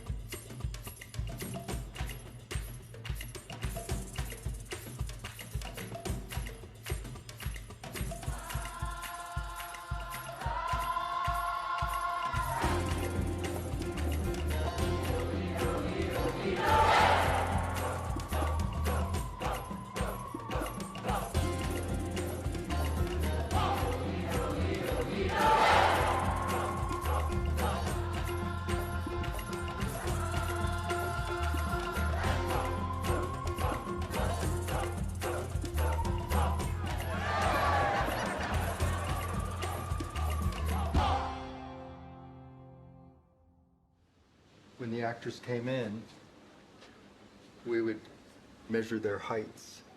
So they would stand by the door and we would put a little, and then put their initials. There's Daisy, Alden from Solo. So I don't know who gets this door now that we're going to be. Here's Donald Glover.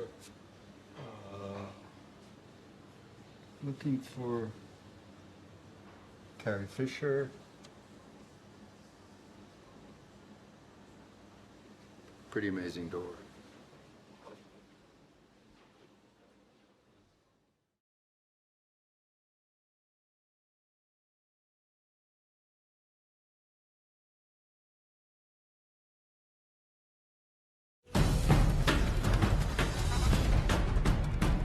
doesn't love speeder chase? It is part of the Star Wars movies.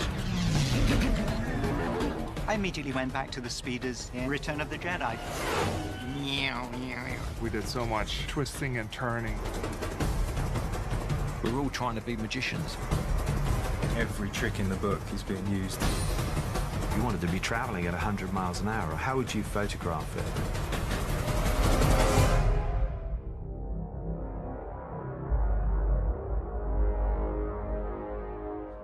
Just to kind of open the conversation about what her speeder could be as well.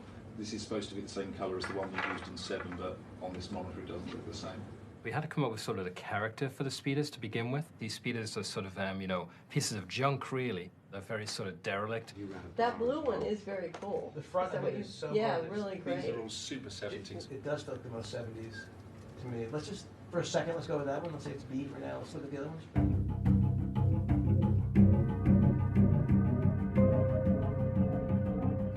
I wanted a speeder bike ever since I was a kid, and I've spent my entire life working on bikes. Be careful what you ask for.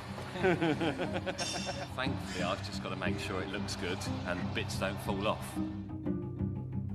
Today we're building a motion base to call it the XY rig, and we went along to Pinewood and we checked it out and see what it was capable of. This motion base will drive the motion of the speeder. So we're trying to test it before we have to ship it off to Jordan. Reset.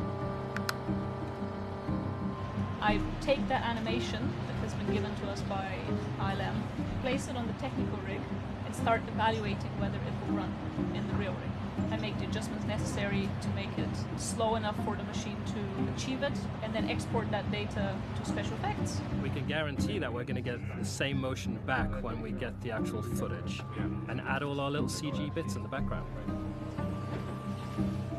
Rig it safe. We will be able to put the speeders on a chassis and be able to drive them around.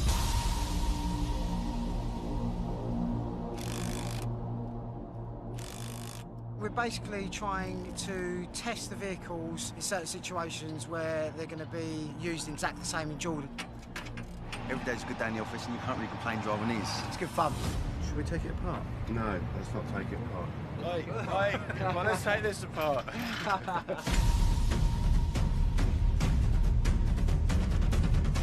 Can't see much, but it's all right. Then we'll let the bikes have another run through. They are snowmobiles converted to run on the opposite conditions they're supposed to.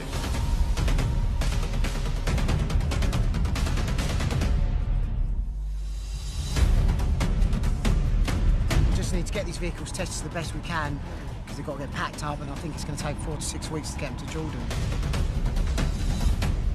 We did a bit of a test of it flying through a CG environment, and JJ was thinking, this is great, but how actually we're going to shoot this? Just thought it'd be a good idea to go through these speeder chase boards and any other Jordan questions we may have before our Jordan friends head out. Art department, we're happy with the vistas there. We can find some nice stuff in the background. You seem quite happy with it as well. It's good. It's a good run. When we were out there, there was so much curvature and personality. So the thing for me is, if we pick one place that the dunes can do something cool, it only needs to be 50 feet, whatever you guys call 50 feet.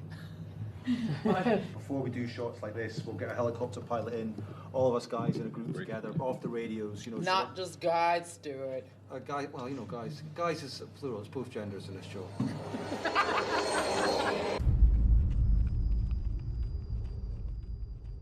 What we're doing is we're building a track. We're building 2, in fact. One's going to be a camera track, and one's going to be a vehicle track. We've got a 6-axis rig with 6 degrees of movement.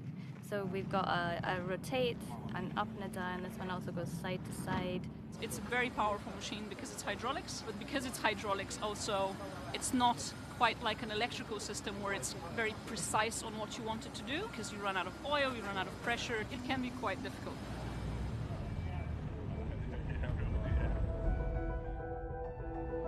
We've built ourselves a kind of green screen stage here in Jordan Desert in one of the wadis here. So we get 5 shooting days here, Tuesday through Saturday, on the XY rig for all the actors' coverage of the speeder chase.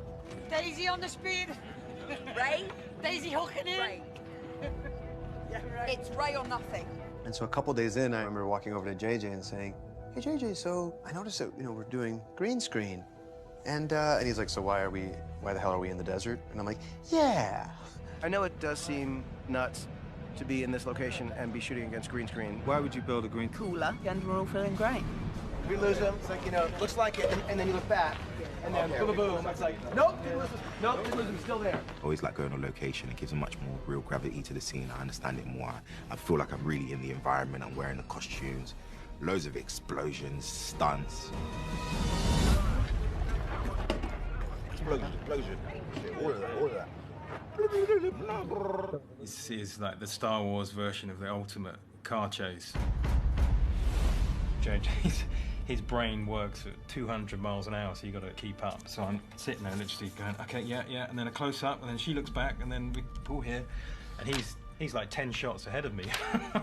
I drew this myself. While I was waiting for you guys to film the movie, I always love making discoveries, planning things as much as we can, and of course, you storyboard and you shot list. But the truth is that when you're on the set, you discover things that you know you need that you never would have known. He's driving along, right? He makes a turn. When he's right around here, the thing hits. So now it's behind it. You're looking back over your left shoulder. Yeah. Boom. That? No, I missed this part. And then the whole thing comes around like that. Twice? Well, we're doing just the second half.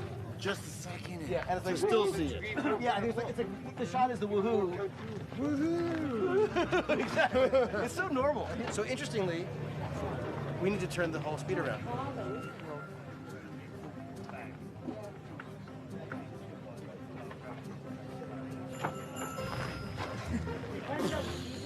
It was really exhilarating. For me, it was the most fun I've had.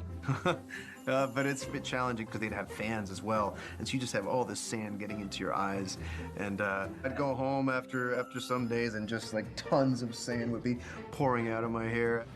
Fly, and you see Rey, you wave. See out your ship. Here comes the jetpack. Shoot. 3, 2, 1, boom!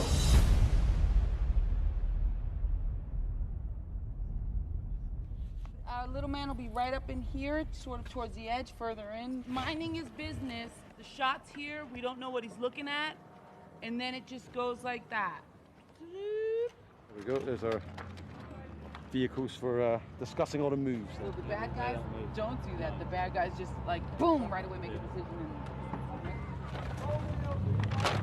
And no one ever knew how useful they'd be. So there's so many variables, We've got helicopter work here, drones, ground vehicles, ground cameras, set to build and dress here. There's so many different factors. We are currently in the Vaporator dust farm. They are legacy items from the original films. Visual effects have done studies on the computer to have the correct distance for the evaporators for the speed of each car so that you can see them nicely when the cars drive through. Claire and her unit were kind enough to not only make the first and last vaporators movable, they're all movable, unbelievably kind.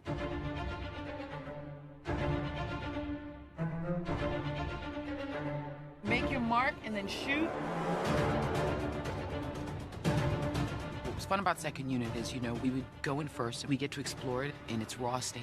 We would do tests. It's not really a secret by now. Most of the crew knows that I was a kid who rode BMXs off of docks into the water, and I learned how to ride a bike that didn't have tires and it didn't have brakes. And I rode down the hill because I needed speed, and I used the fence to stop myself. My elbows, my face, my knees busted, but I knew how to ride a bike. So part of why I was excited to come when JJ called was that most of the stuff that we're doing, the stunts, there were things I could play with that I felt like that's my special sauce. Right there's the bike. Oh, come on. That was really, really damn good. First day, there's a beat where we're on flat land, and the red and blue hero speeder were flying at the speed of light, and it was just this incredible shot. And it was one of those feelings where we all stopped and just thought, oh, this is Star Wars. It's great, right? They call upon you fast.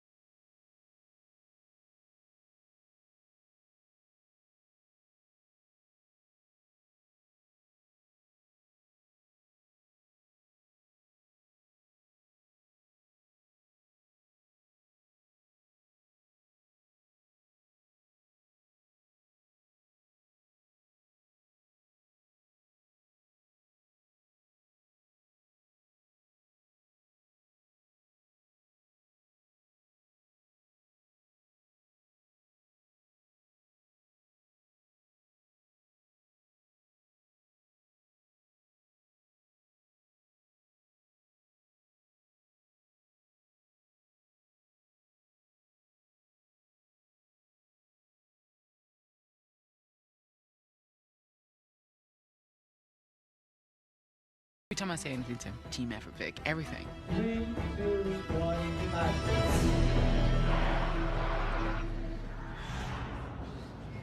We're like this close to locking the speeder chase. Every shot in this is a visual effect, so we will be well ahead of the game if we can get this to ILM. When you start to see the plates coming back and you realize that all the work was worth it, you know, the setup work, we got some really super dynamic close-up shots. And then they start giving us post-viz, which puts the backgrounds in, and then we refine it, start putting sound and music, and it'll really come to life. Instead of me and JJ just sitting here going, and then he goes, woo, woo, woo, woo, woo, and then falls down, or there's an explosion. I mean, there's tons more work to do, but it's so amazing when you just start to see it work. The job, I think, that we all have is to make it invisible. So the design of it and the construction of it and the stunts of it, and obviously the special effects work is incredible, and all the visual effects work, that if everyone does their job right, including the actors, including myself, no one thinks that any of this took place.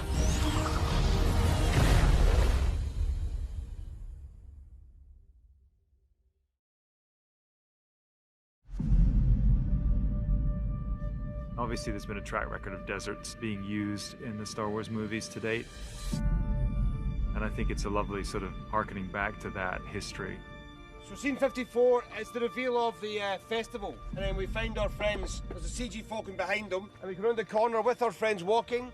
We come round here, and we reveal 500,000 Aki-Akis in a big festival there. JJ really wanted to set a world for our character Rey to really see for the first time a world full of laughter and life and celebration.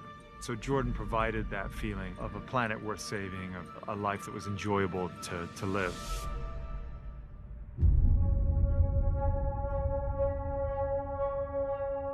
One of the things that first attracted us to Jordan was the kind of otherworldly quality of the landscape here. The rock formations set in vast tracts of desert give you enormous scale.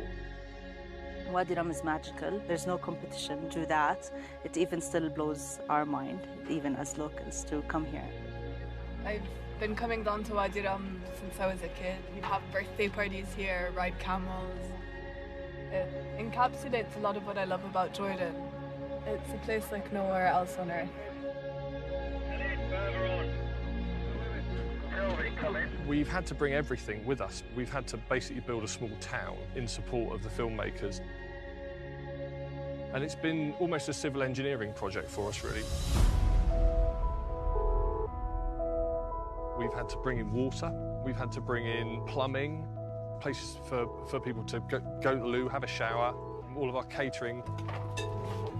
There's a bit over 600 UK crew here, and a bit over 200 Jordanian crew.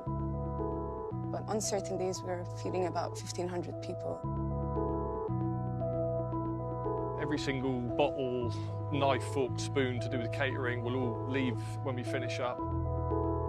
We have 67 porter-cabin offices here, which were built and supplied locally, as well as over 100 shipping containers.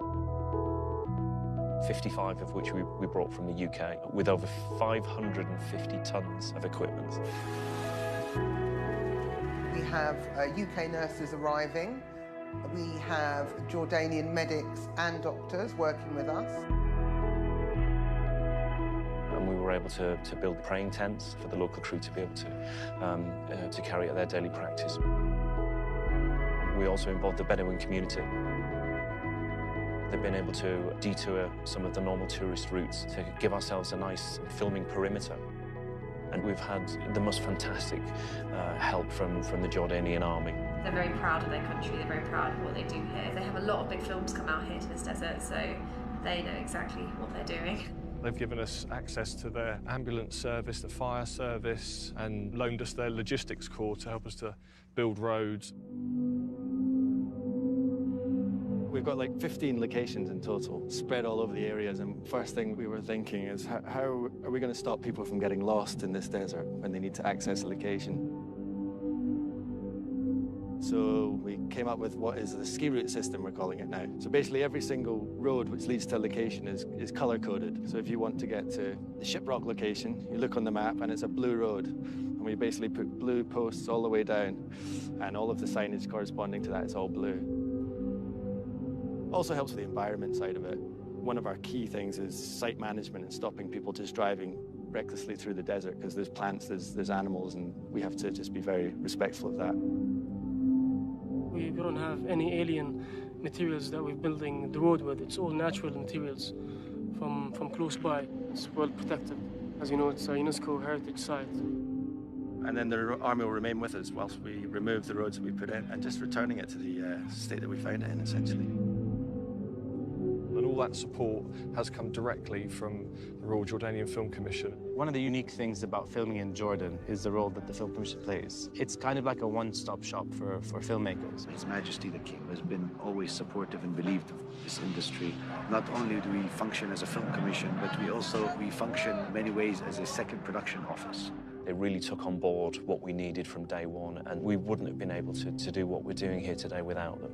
We're so proud to have Star Wars. We're all such big fans, and to have it here now is such an amazing experience for us.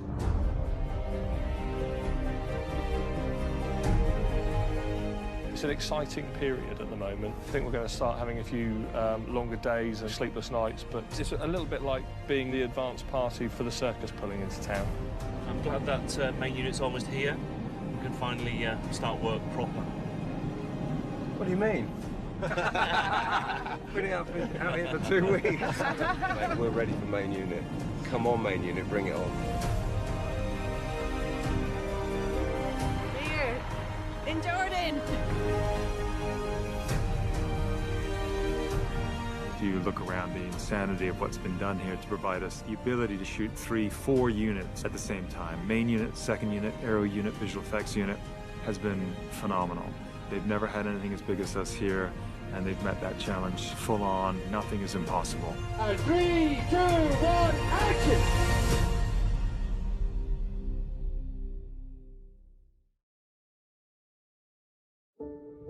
This is Ochi's freighter. It's a bit of visual effects reference. I'm using this as a foreground model. Put the camera at a certain distance from it, and hopefully it will look like it's sitting on the rock. We cannot possibly fly in that old wreck. Ochi Bassoon's ship is, of course, something that Rey first saw in Episode 7.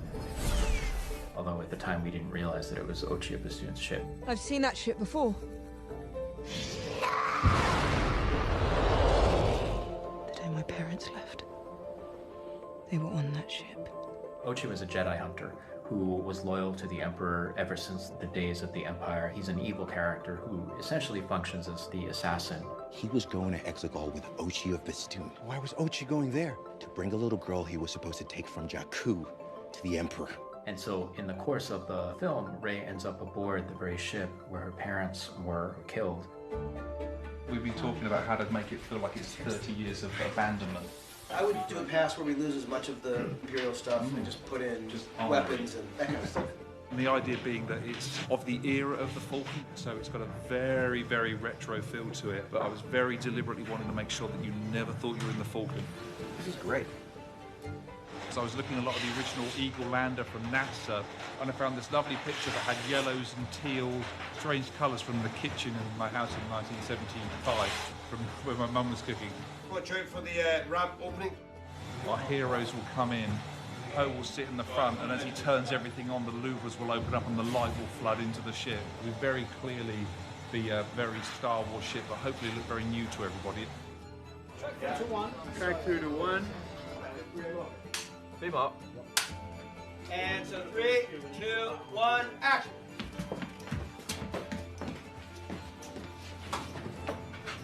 Ochi's ship hasn't been turned on in 30 years. The source for that was a late 60s Camaro. Cut, beautiful playback. Yeah. That was great, I thought. Hello. Hello. Hello? No, thank you. Looks like someone treated him badly. It's all right.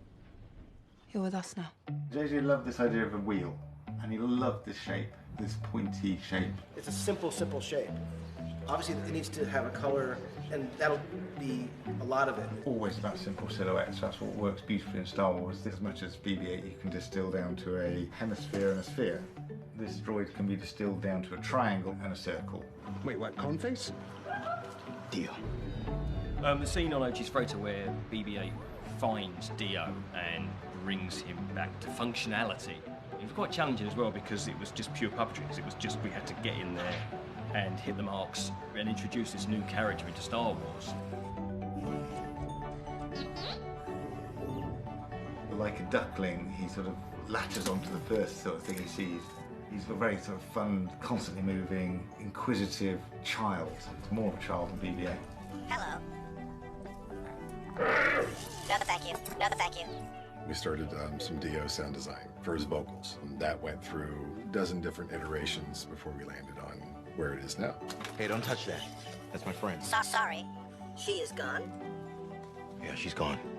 I don't know where. I miss her. That's JJ.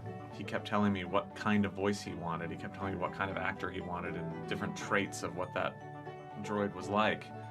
And in the back of my head, I was like, that actually sounds like JJ. There was a scene I had to do with just Dio. We're in Babu Frik's workshop, and C-3PO, for all we know, is gone. Oh, boy. Like, it's horrifying. So I have to walk away, and I had to sit there. But Dio just...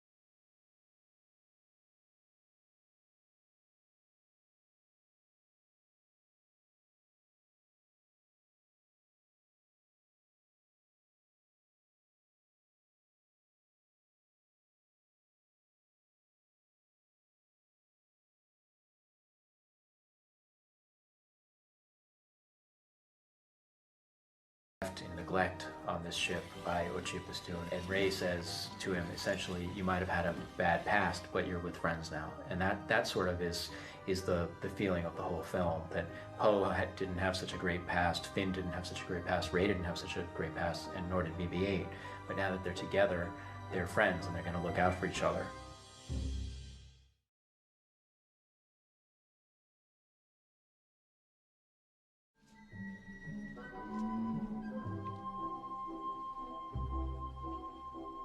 Who are you, and what do you want?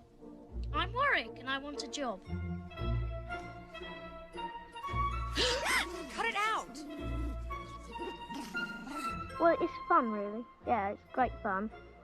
But there is a lot of waiting around, you know. You do 1 and 2, 3 work together. One more time, last time. You do your and stretch. Back in 1981, my grandmother heard a radio commercial in which they were looking for short people to be in the new Star Wars movie. And so she told my mum, who then phoned up the studios, and they said, well, we've got everyone we need. We had so many calls. Mum then said that I was a big fan of the films and that I was only 11. And they started to think, actually, maybe we could have some sort of younger Ewoks. Yeah, I need a spear. All we have to do is just go down that path. Oh, that doesn't matter. It doesn't matter. We're not. Are we going to be fighting at all, do you know? Because What, we just run away and that's it? Right, that's it. Yeah. It's just one scene. Oh, that's easy to Oh, yeah. Honestly, I never thought I would see the day where I'd be stepping back into these feet and performing Wicket once again. See? I do this for your entertainment. Putting this Wicket costume back together is going to be a major undertaking for quite a lot of people. It needs to feel the same for you. I think at the minute, I think these are going to definitely have to move up onto the top of my head a bit more. Ah, some spear auditions. Yeah, spear or star. That's good, I like that one. This is like an old wise man. Yeah, that's like Gandalf thing before, yeah. When the fur's on, that's whether you see whether it kind of the shape and everything is working or not. looking over and seeing my son Harrison there, oh, it's fantastic. It's really, it makes me very proud and evokes a lot of memories of when I was first having fittings. I was excited, but also I didn't really know what I was getting into, whereas Harrison kind of has a better understanding of what he's going into here and the kind of the scale of the whole thing. Warwick's happy. Our actual Ewok is happy with our new Ewok. We haven't got long to kind of sell it to the audience, and so little subtle clues in costume, the look of that, and also the set will allow us to do that very quickly. I guess we're calling him Wicket's son. You know, I think in reality he's my son, but also in within the Ewok tribe, Wicket has indeed produced an offspring. He's older and wiser, and he has a little scamp to handle now. So you can imagine the scale of what you're seeing. Yeah. Huge Star Destroyer, like plummeting down.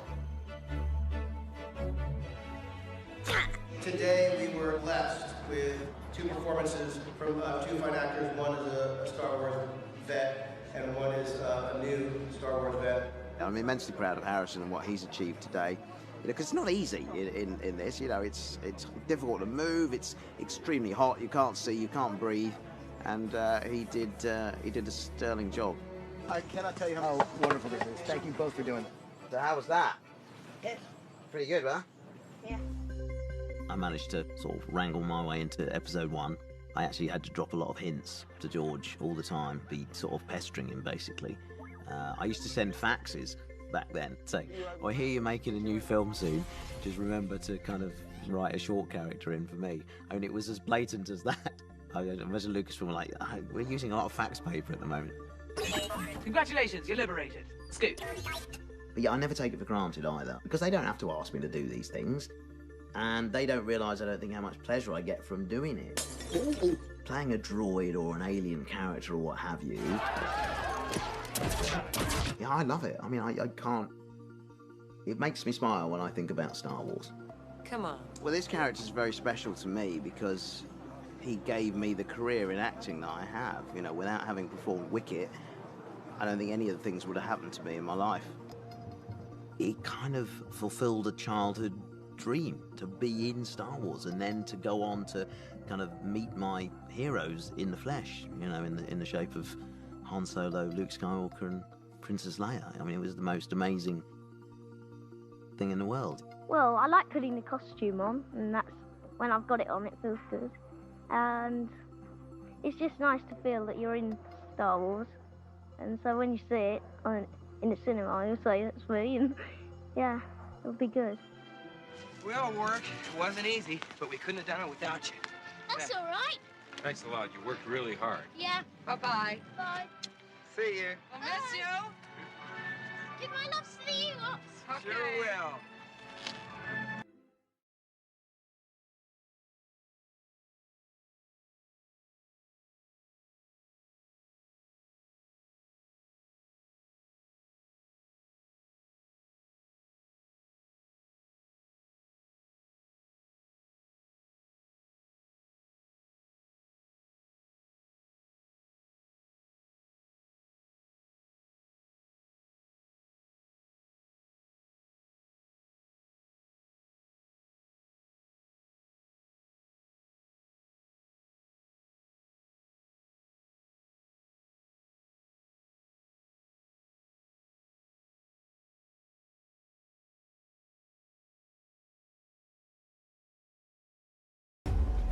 The head shake is amazing. Yeah. Give a bit more shake, Liam, on the head shake. Drop that of you. That is so good. Jim Henson, the man who I owe so much to in the fact that he gave me my start in the film industry and always said to him performance was everything. And so to me, when we've created a character, whether it be a droid or whether or not it's a puppet or whether or not it's a character that takes 10, 15 puppeteers to bring to life, that is the point in which they bring their skills and their artistry to it. Oh, that's lovely. You guys. They are all actors in their own way and they all have their own personalities. What are you doing, my teeth? This is good stuff. Look. Oh, hey, you know that's not tasty at all. Here it comes. Yes. Together we work as a team and try and make it look as realistic as we can. When you've got the head on, of course, you can feel a little bit isolated. It's really great because I've got Mike in my ear, sort of essentially guiding me, making sure I'm safe. So it's really quite nice to have him there. We can, you know, he keeps me company. Looking amazing, guys. Who's inside today? Tom. Hello, Tom. Tommy's here. Hold on, Tom. Thanks, Tommy. I do pity the guy inside, though, Tom. He's putting up with a lot of discomfort, a lot of heat, and a lot of weight. And walk backward. It's quite a heavy thing, so it takes a bit of muscle, and it's quite uncomfortable. But it's all for the love of the movie. He walks backwards. Yeah, he walks backwards. The end of the thing. He's got a little camera here. Adam, what just That's how you guys do it. Yeah, he's got you, Paul. Thank you. Well done, Liam. Thanks. I'll give you a race. Still quite sweet. The great thing about all these characters, they have such a different type of personality. Hey! We talk about what kind of character these aliens are, if they're a villain or good, or you don't trust him, or if he's a pirate alien. We are a manufacturing process, ultimately. Everything we make has to go through a series of processes in order to be realised as a Star Wars character. They're all pretty much a bit of a collaboration. Each one gets weirder and more wonderful creatures. Yeah. This is Claude. It's a nice process to see from beginning to end. You get your performer in it and they bring it all to life. Neil loves a good show and tell, doesn't he, Fiona? He does. It's very exciting, very enthusiastic. Let's go, Paul. One screen. Okay, cool. Hug him, Oscar. Great job, sir. Thank you. I love the creatures. I actually treat them like they're creatures, like for real. Look straight, yeah, that's it. What I love about Star Wars is that you're dealing with a healthy use of practical effects, which is brilliant. And so this is a good opportunity for us as actors to react off real stuff.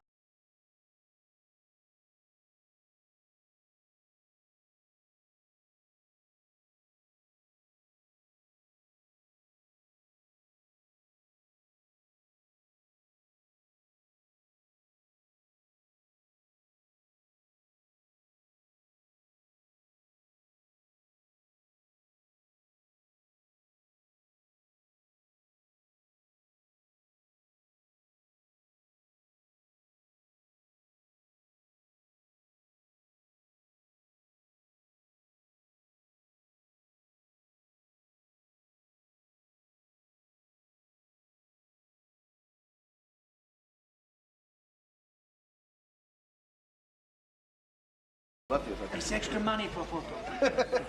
I love the stand-up Maz. Just put a brick wall behind it. You know, I'm here all week. Try the veal. It's very good. This is for you.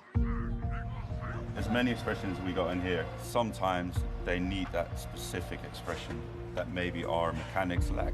Then CG comes in, which I'm totally fine with because, especially on this film, it's been an amazing collaboration where we help each other out. We rely so heavily on all the brilliant people at ILM. I can say to Roger Guyad, who's the visual effects supervisor, there's the puppeteer on here with a rod. Do you mind getting rid of him later? And it's like, no, we'll get rid of that. So that relationship is one that is very, very close. Obviously, creatively and economically, that has ramifications. Are there other native people we could have on ordinary naked horses? And Roger could help us out later on. Copy that. Okay, it's 1:35.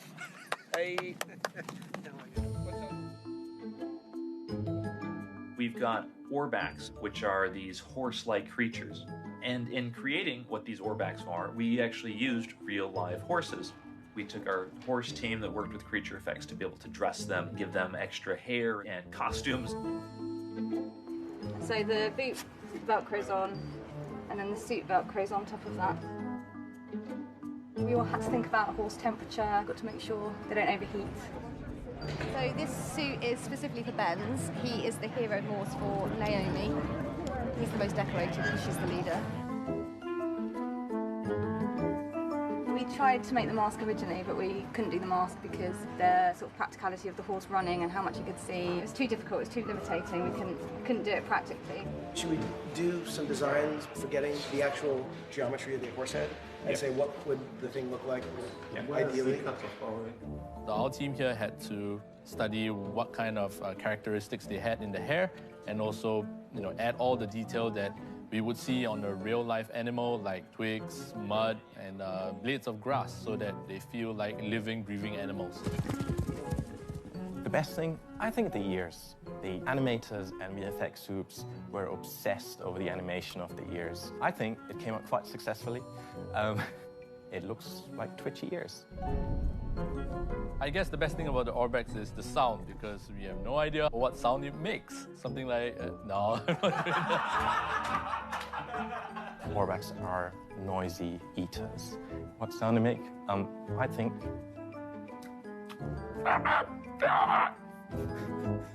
No, thank you. No, thank you. Star Wars invites you into a galactic world that you can be part of. I don't know of any other film genre that does that as successfully as Star Wars.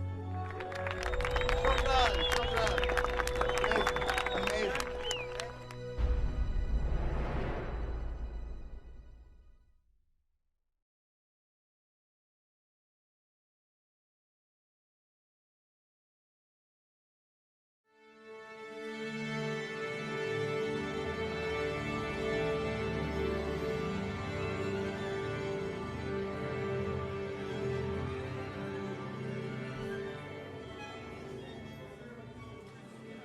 Welcome to Star Wars 9.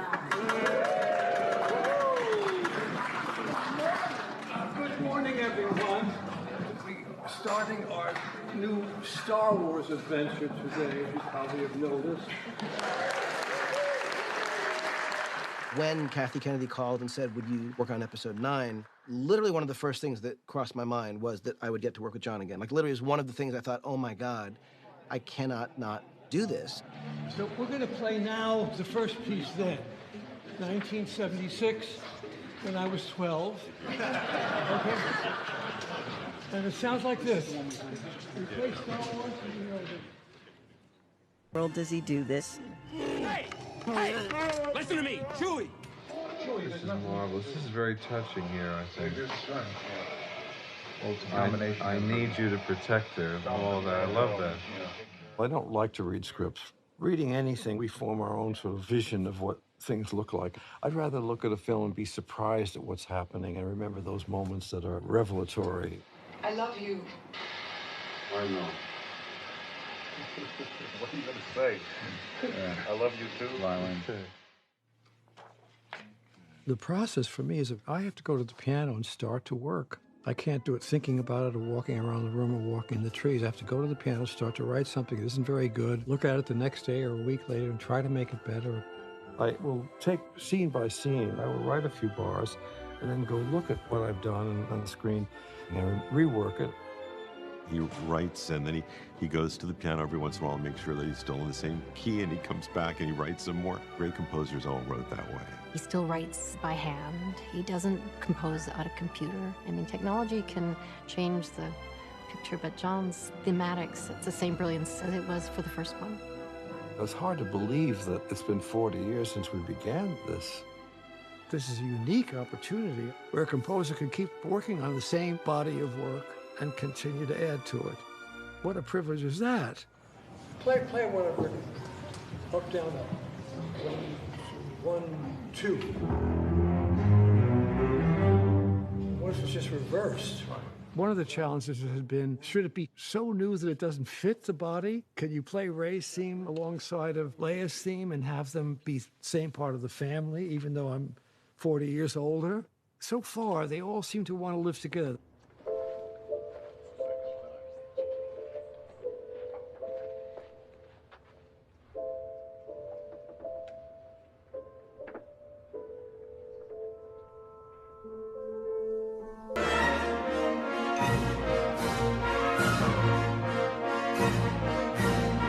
I can treat it in the orchestra so that it's in a more grown-up way. So you will hear it, but it's not quite as simply presented. The changes of Rey, they are part and parcel and in tandem with the changes of Adam Driver's character to something heroic. I could turn Ren's theme around Not upside down, but reharmonize it, which is actually JJ's idea. He said to me, well, can you make the trip from Ren to Ben on the same theme? It's the same theme, exactly. Just treated differently. No, but however you do it, but that idea of the, you know, he's trying his hardest now to be the best he can be, as opposed to he's trying his hardest to be as bad as he can be, which is always what he's been doing. Can you change the theme or turn it upside down or something? And I think I initially said, well, no, I've never done that. And how do you do it?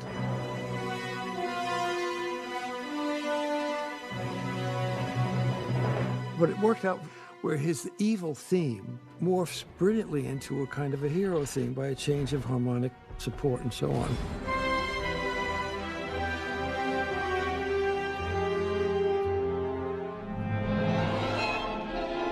The Emperor's theme, which was a little motif really, meaning a sort of short theme. The presentations of it in this film are more numerous. It always made me smile a little bit. It's supposed to be very nasty.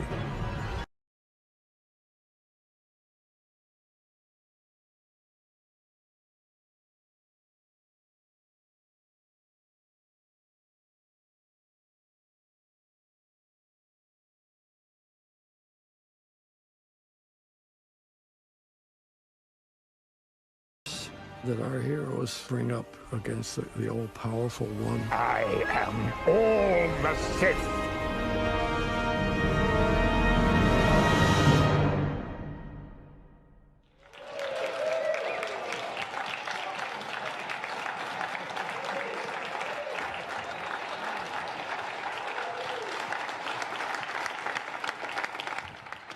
This is so historic, Johnny. Oh my God. What do you say, Uncle Luke? I was just mistaken for Steven Spielberg at the gate.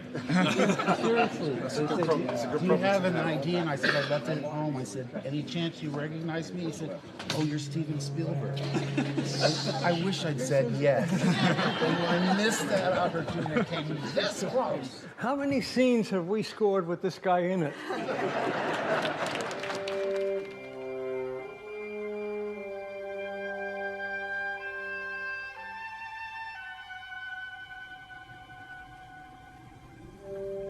Yoda lifts it in The Empire Strikes Back. Romero Belgart, the music editor, he said, oh, it should be exactly the music that we had for Yoda. And actually, JJ questioned it. He said, well, should we be doing that right? And everybody said, oh, yes, it has to be. It's, you know, the fans will all know. So we went back to the score of Empire Strikes Back to get those bars exactly out of them. That actual little central piece of taking the ship up is exactly as we had it before.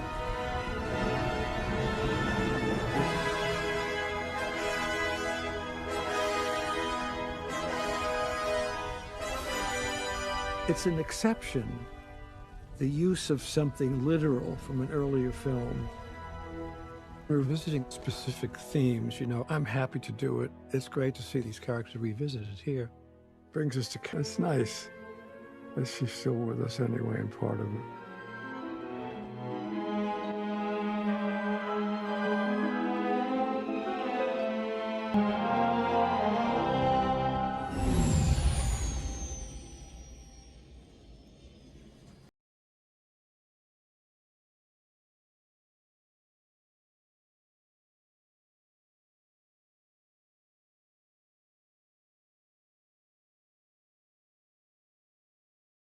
That means I felt so satisfied and so complete in a way. Who are you? I'm Rey. 9 episodes and a great tale, beautifully done over many, many years. And that means that it's not an ending, that it's here with us and it will stay there and makes our lives part of that story. Rey Skywalker.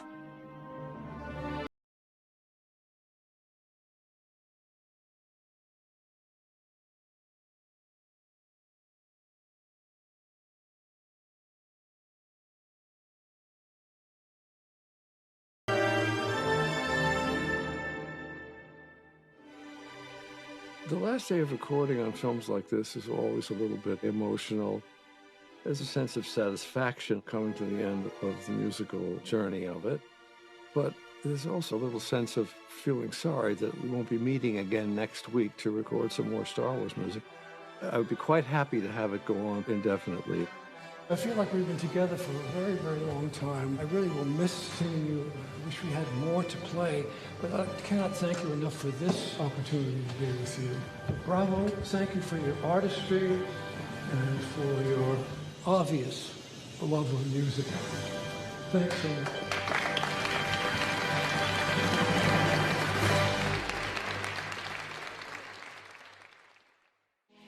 If you enjoyed this episode, and frankly, even if you didn't, don't forget to subscribe. Do it! And if you want to help spread the word, please give this video a thumbs up and tell your friends to subscribe. Please check out the official Star Wars Coffee merchandise, and don't forget to check out all of the content playlists on this channel, including The Rise of Skywalker, The Mandalorian, and much more.